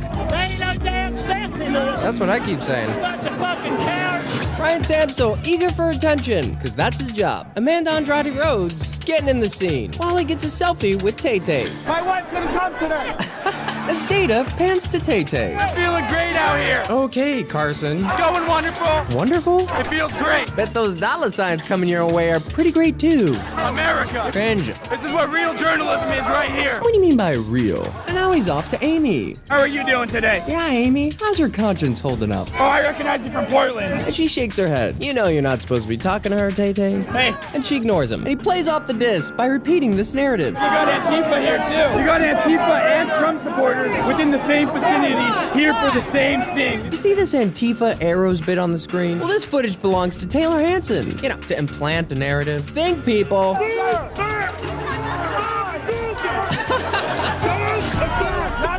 And that's exactly what's gonna happen. And now they bring out that missing barricade. Edie's still clinging to this water bottle. Why do you think he's just standing here? Because he's waiting for all the photographers to show. And here they are. Now they can proceed. Oh, they got the lumber. So they spray him down with a little turmeric water. Now they're gonna hose him down. Hey, geese swine. If Tyler Baggins were here, he'd call this guy National Guard, who's gotten very clingy with Edie. Yep, just guiding him around like he's Ann Sullivan. You might have to Google it. Photographers look a little bit inconspicuous, while they got Korn behind them, who's now become an asset.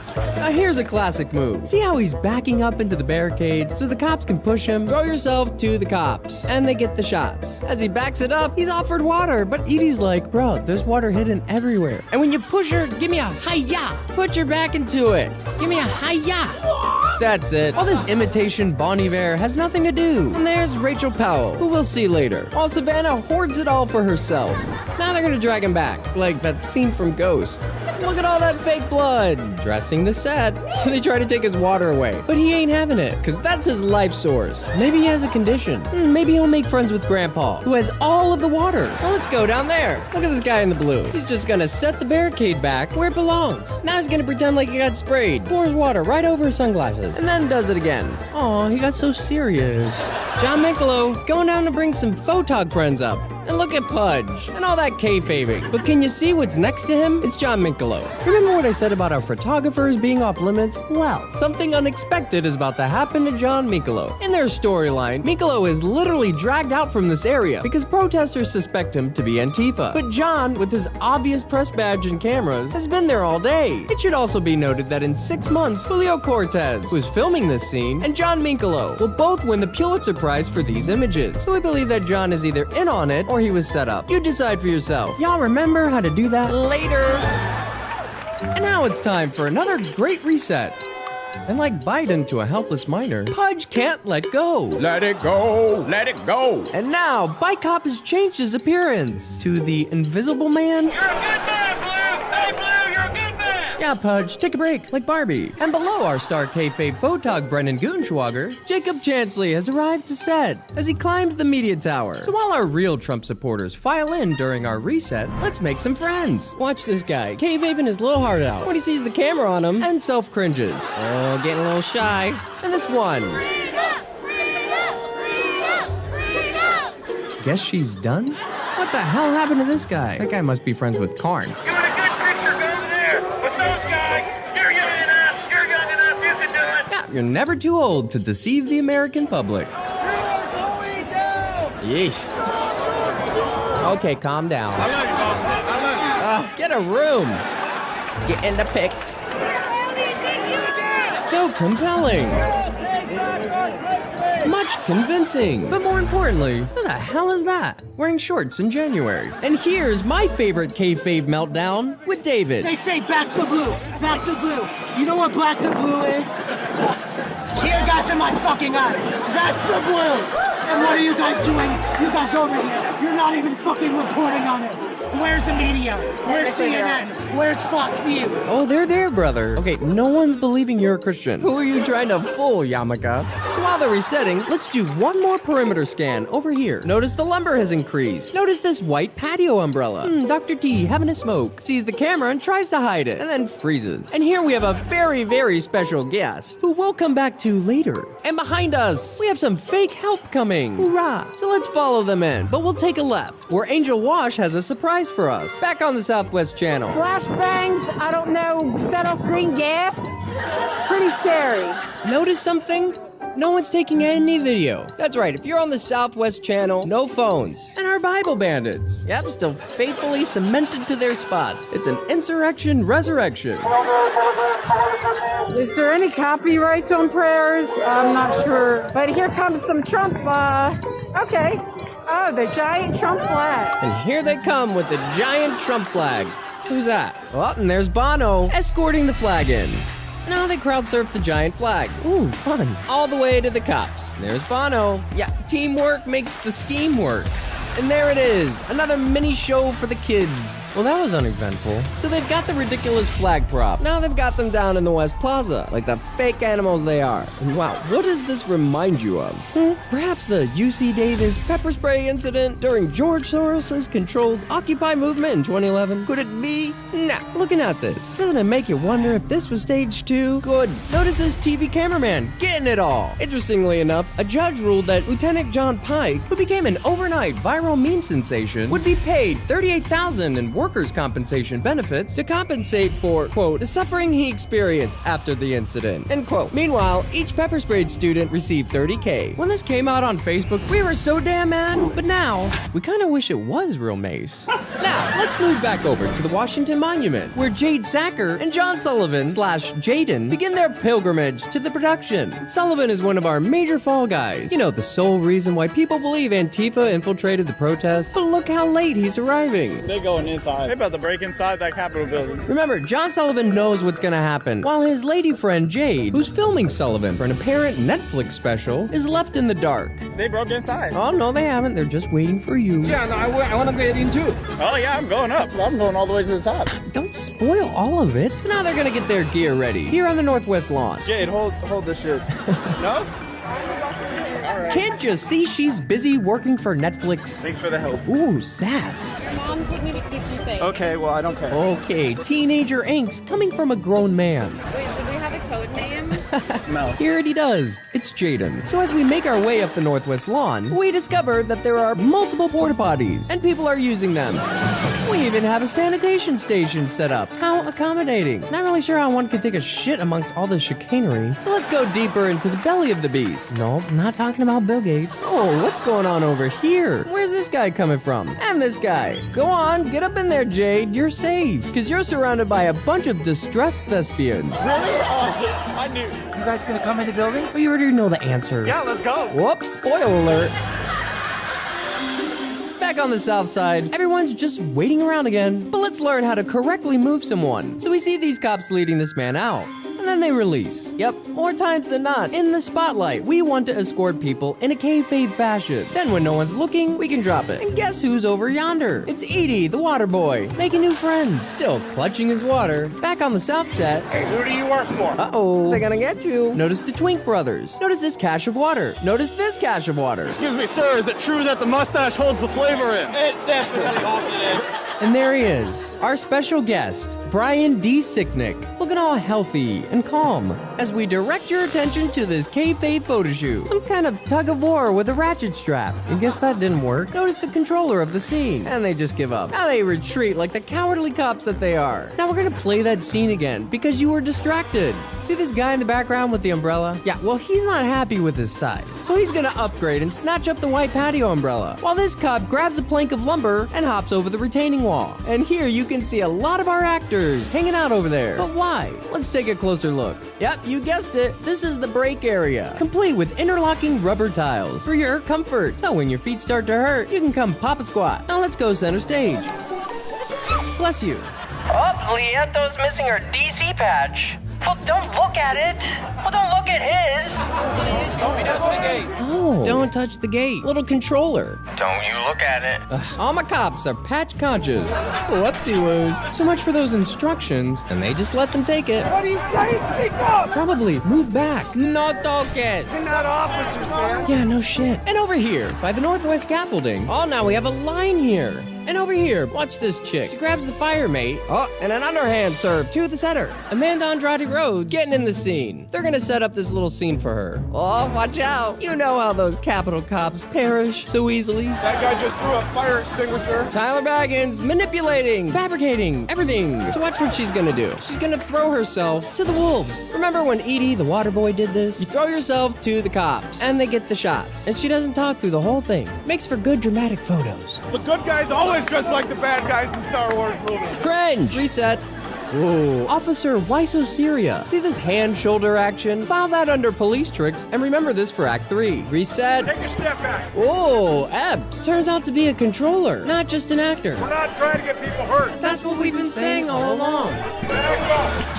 Back on the east side, things are cooking up here. Still behind Obstacle 1, but not for long. Meanwhile, at the Northwest Scaffolding, welcome to Obstacle 3. That's right, in about 30 seconds, our crisis actors are gonna breach it and climb to the top, where they'll meet Obstacle 5. But first, midway, they must defeat Obstacle 4. Let's get ready to kayfabe! Yeah! Look alive, everyone! And background. And there they go, and they just flutter up. Hey, there's Happy. Look at this guy in the corner, like he's eating a box of bath salts. Yeah, it's a Bible and bath salt kind of party. Now watch this guy. Yep, holding the Bible up for the cameras. And there's Hawaii Proud Boys leader, Nick Oakes, who we'll come back to later. And now Jacob Chansley has come down from his treehouse and incoming. Yep, posing with the rosary. Meanwhile, a cop gives instructions to U.S. Marine Corps war veteran / digital and forensic reporter, Chris Jones. What the hell is that about? Inside, our actors are preparing to overcome Obstacle 4. Now this footage comes from the New Yorker's veteran war correspondent, Luke Mogelson. Yeah, it's just slap and tickle all over again. What is happening? As Data gets it all. Hey, it's Lieutenant, Trapper, and Carl doing nothing. At the same time, notice this cop pops through the tarp to ask Ranger for the knife that's lying here, so he can cut it, which will allow for more people to enter and further expose the scaffolding to our photographers. Now, Ranger's gonna assist him in completing the task at hand. Such a beautifully coordinated insurrection. Oh, low-lying lumber. I drank my teeth out. Ooh. As Dominic Pizzola prepares for his dramatic role as Fall Guy 3. And now they're gonna hold here on Obstacle 4. We're not stopping us now, goddammit. This is our house, motherfuckers.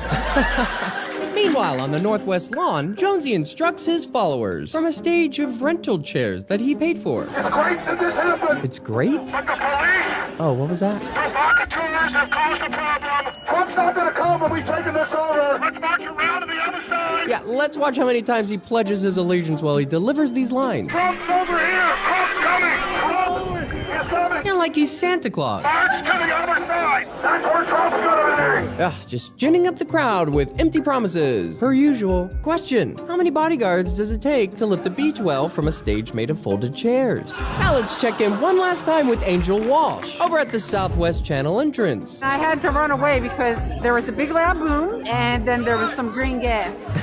See all those people in the background? In line, waiting for their turn to go. Have any of y'all ever been a background actor? Yeah, it looks just like this. All actors, not recording. Now these are our filler characters. They're mostly here to chant and take up space. So that's one group. Now another group comes in. You want to bring them in organically, in waves. So if you are an actor and you see a camera on, you're gonna do what this little girl does. You're gonna show off your little sign. Creepy. Oh, you don't think they would employ children? Okay, you've got a lot to learn. Okay, we saw your damn sign, kid.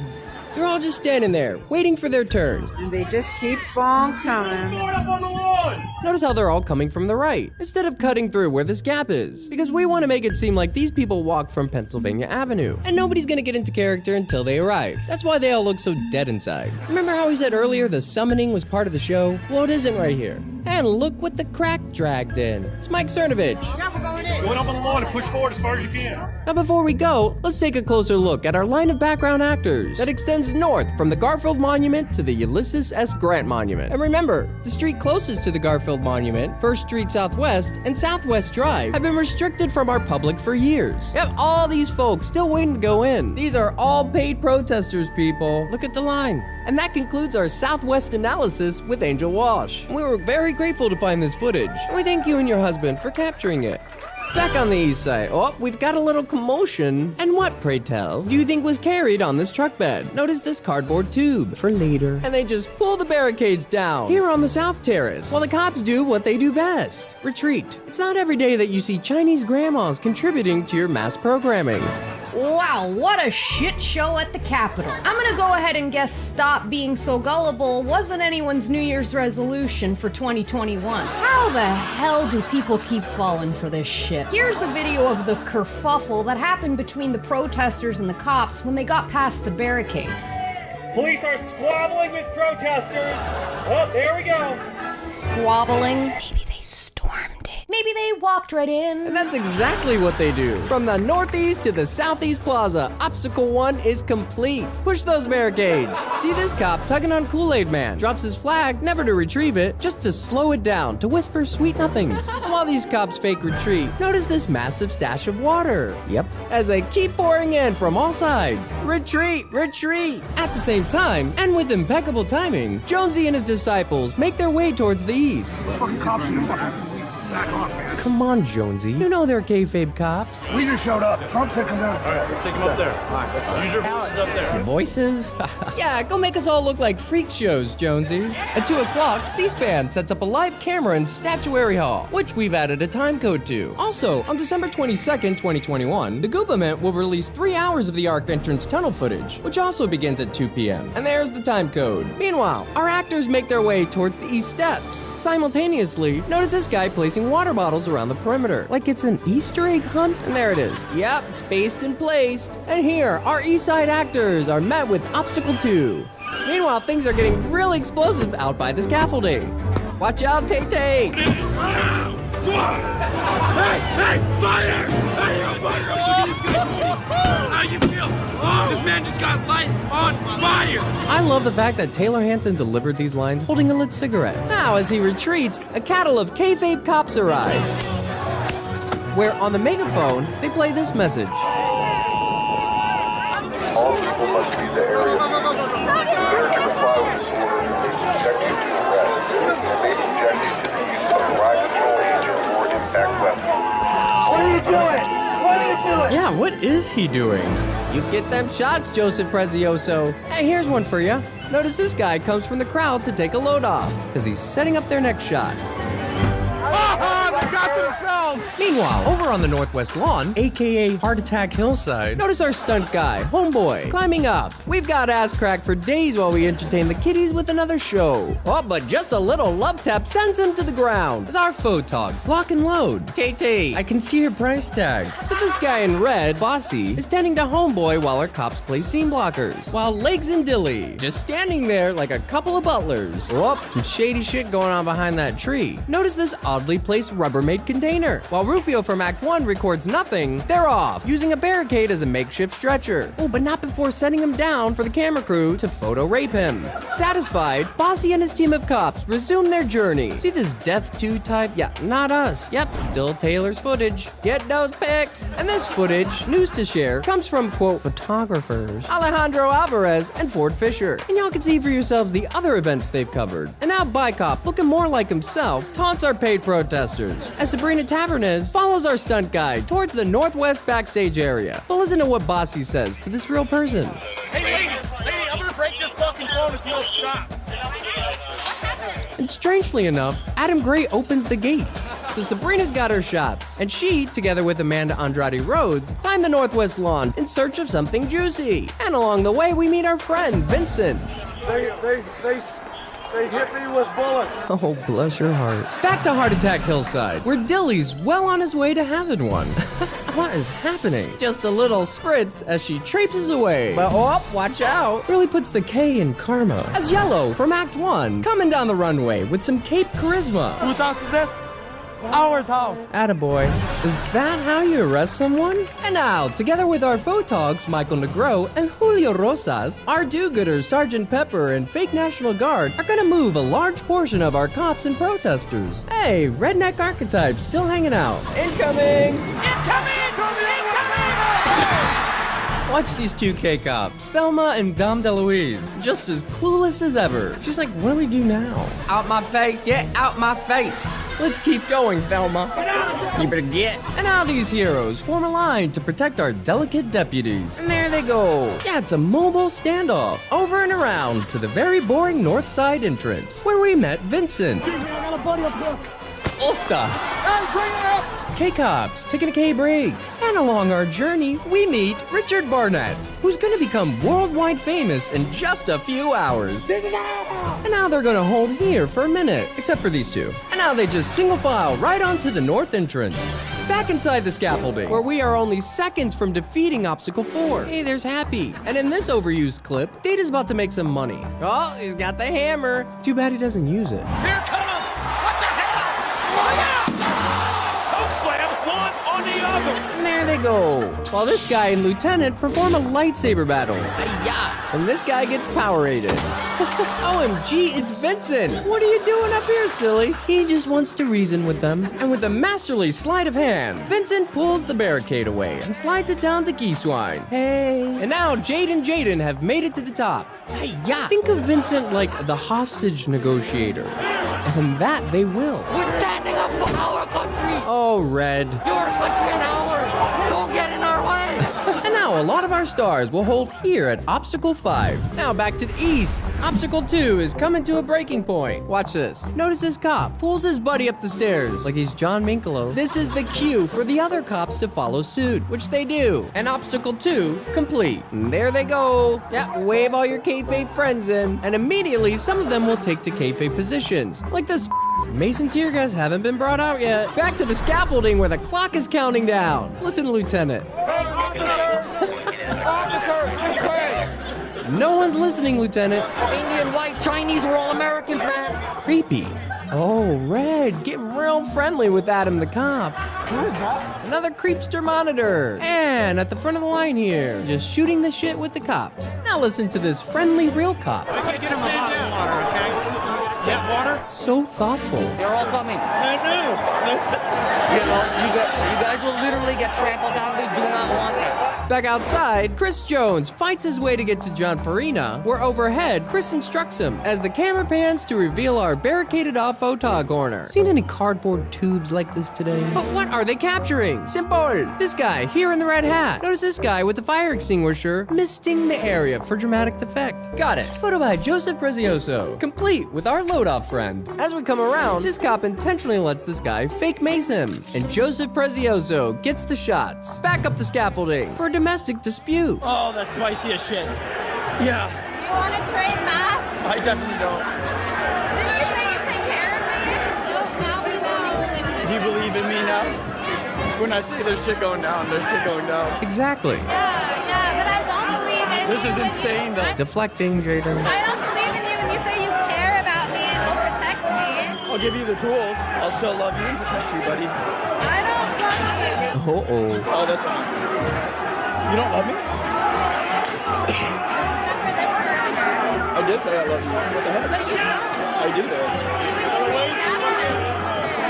Yeah, but I'm the person in the film, though. I'm the person. Exactly. If anybody needs to stay alive. It's her? Oh, they're going in? Woo, saved by the bell, Jaden. Look alive, Data! And there they go. Hey, there's Doug Jensen, who has a big photo shoot in 6 minutes, which we'll see in Act 3, as Bike Cop runs alongside them. Here in Data's angle, we can see this conveniently placed slumber. Sneaky, sneaky. Back to Jaden, like we're inclining to the top of Capitol Hill's latest roller coaster. Oh, Jesus. Oh, I'm gonna vom. Look at all those people. Notice this guy carrying a case of water. Hurry up, Jade. This footage ain't gonna record itself. And now we've reached, yeah, you guessed it, Obstacle 6, where Carl is just not having it. He's like, bitch, please. Now what am I gonna have for dinner? Back to the east side, where this, what looks to be 3 toddlers in a trench coat and a photog creep into the scene to shoot Hunter Allen Emke. And with just a single kick. Remember in Act 1 when we hypothesized that some of the windows have been switched out with Hollywood glass? And a real cop tackles him to the ground. And with the help of his real cop friends, arrest and detain him. But these guys aren't real. And now they're off, and they just waddle away. Yeah, I'm talking to you. Guys, open up. while this real cop removes the remaining glass to let our K-friends in. I feel like this is fucking crap. And you would be correct. And now they've let the kid go. Yeah, it gives new meaning to Walk of Shame. Back to Obstacle 6, where Bicop and Replacement Barbie play with their sticks. Alright, Carl's over it. Retreat, you counterfeit cops! My, look at this surplus of neatly placed water and this plastic rolling toolbox. Wonder what's in there. Maybe the fake election results. As we pan to one of our most important characters who got the prize-winning footage at the Stage Rittenhouse shoot, phony protest photographer Brendan Gutenschwager, who's about to have a payday. Get those purified waters, which is just a fancy way of saying fluoridated water. Oh, fake blood littering. I can't believe this is reality. Yeah, me neither. As Data and friends move from the courtyard to the northwest door, where some of our crisis actors are looking for some critique. So let's help them out, starting with Geesewine. Yeah, I would have put a little bit more soul into it. Next, try the left one. Good job.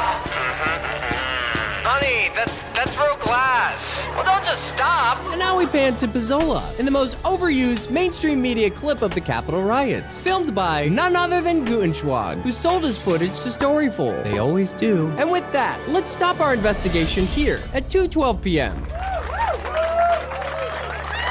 Oh, you're so sweet. All right, simmer down now. Now, everything we've learned today will wrap up quite nicely in Act 3. Our final installment on the January 6th Fakesurrection.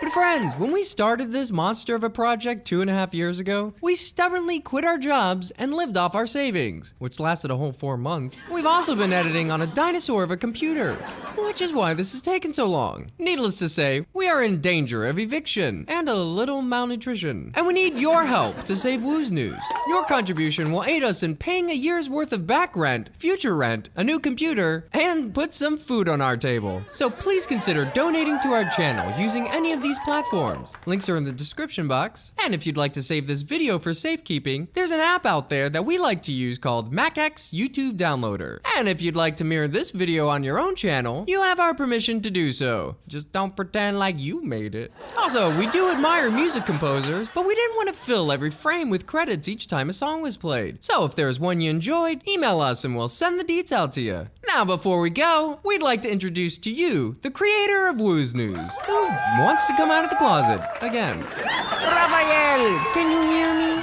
What a marvelous introduction. Hi, I'm Rafa, and this is Woo's. Yes, folks, this is what I look like in 3D. And if someone out there can make me look a little bit more realistic like this, please email us. So, Rafa, why are you choosing to reveal your identity now? Oh, the fact that I no longer wanted to hide, and of course my protection. I just have so many questions for you, mister, but give us a quick pitch on just who the hell Rafa is. Well, how much time do you have? Not that much. Well, I'm certainly a truth seeker, but, you know, I studied acting and directing, which are two of my greatest passions, and moved out to Los Angeles 17 years ago today. And for the last 10 years, I've been working on a feature film and developing a television pilot and a limited series on spec, and I put all of those on the back burner to create Woo's News. I'll return to those projects at some point and sell them. I bet they're juicy, and you would be correct. So why Woo's News? Well, I'd been investigating these types of events for several years, just for myself, because I have this incessant need to know the truth. And then, you know, of course, COVID started, and I just thought, you know, if I don't say something now, I may never get the chance to. But this show is really an homage to David Crowley and his family, because truth be told, David is one of my greatest heroes. And, you know, I wanted to pick up that torch that was taken from him and just run with it. Yes, and for those of you who are unaware, David Crowley became a prominent name during the 2012-2013 Truth Movement when he created the viral trailer for Gray State, which I would have just called a taste of things to come if we don't get right with Jesus. Sadly, David and his family were murdered a year later, and despite the lack of evidence, the media, as well as the Apple Valley Police Department, will have you believe it was a homicide-suicide. Case closed. Yeah, and where have we heard of the Apple Valley Police Department before? George Floyd. Exactly. And when I complete Act 3, I'm jumping right back onto the Crowley case. And speaking of David Crowley, for your protection, Rafa, we just have to ask that age-old question. No, I would never kill myself. Or anyone else? Never. I am a light worker, bro. And shout out to the other 143,000 light workers across terra firma. Holla! Any drug addictions and pensions for small children? No, never. We had to ask. Oh, believe me, I get it. I knew you would. And to piggyback off that, you know, I had the tendency to go dark while I'm investigating and editing because I'm easily distracted. So I promise to never go dark again. And, you know, please come say hi in our Telegram group. And I'll make every effort to reply to your messages. And is there anything you'd like to add before we go? Yeah, I'd like to express my gratitude in getting our donation platforms out there because, you know, it's just me sitting in a chair for 12 hours a day for the last 2.5 years working on this ancient iMac. It's been so stressful and achy, and yeah, I've lost a lot of weight doing this project, but I just had to tell this story. You know, I've been working on Woo's News for the last 4 years now, pro bono, and it's come to where we need the help of the people. So anything you can do to assist me in getting Act 3 out there would be greatly appreciated. I know they will, good sir. Calling all patriots sugar daddies and mamas. Right? But something I wanted to quickly mention before we go in regards to January 6th, you know, not everyone who is facing trial and jail time is a crisis actor. You know, there are some good people who went to DC because they vehemently opposed tyranny. And yes, I do believe the presidential elections are a ruse against the American people, but it's irrelevant because these people had good intentions. And over the last 2 years, I've come to know one of those good guys. His name is Alan Hostetter. And yeah, I would consider this guy to be a personal hero of mine as well because he knows the truth and he ain't backing down from it. Today is the 4th of July. Happy birthday, America Incorporated. His trial begins in DC 2 days from now on the 6th, and he's representing himself. I just wanted everyone to know where he is for his protection and to keep him in your prayers because he's all alone, and, you know, I know he would appreciate your love and encouragement. You know, Rafa, I believe these lines pretty much sum this up. Cue it, boys! Truth or consequence, say it aloud. Use that evidence, race it around. There goes my hero, watch him as he goes. Thank you for all of your hard work, Rafa. We have your back, buddy. God bless you, Luce. See you in the next one. Cringe.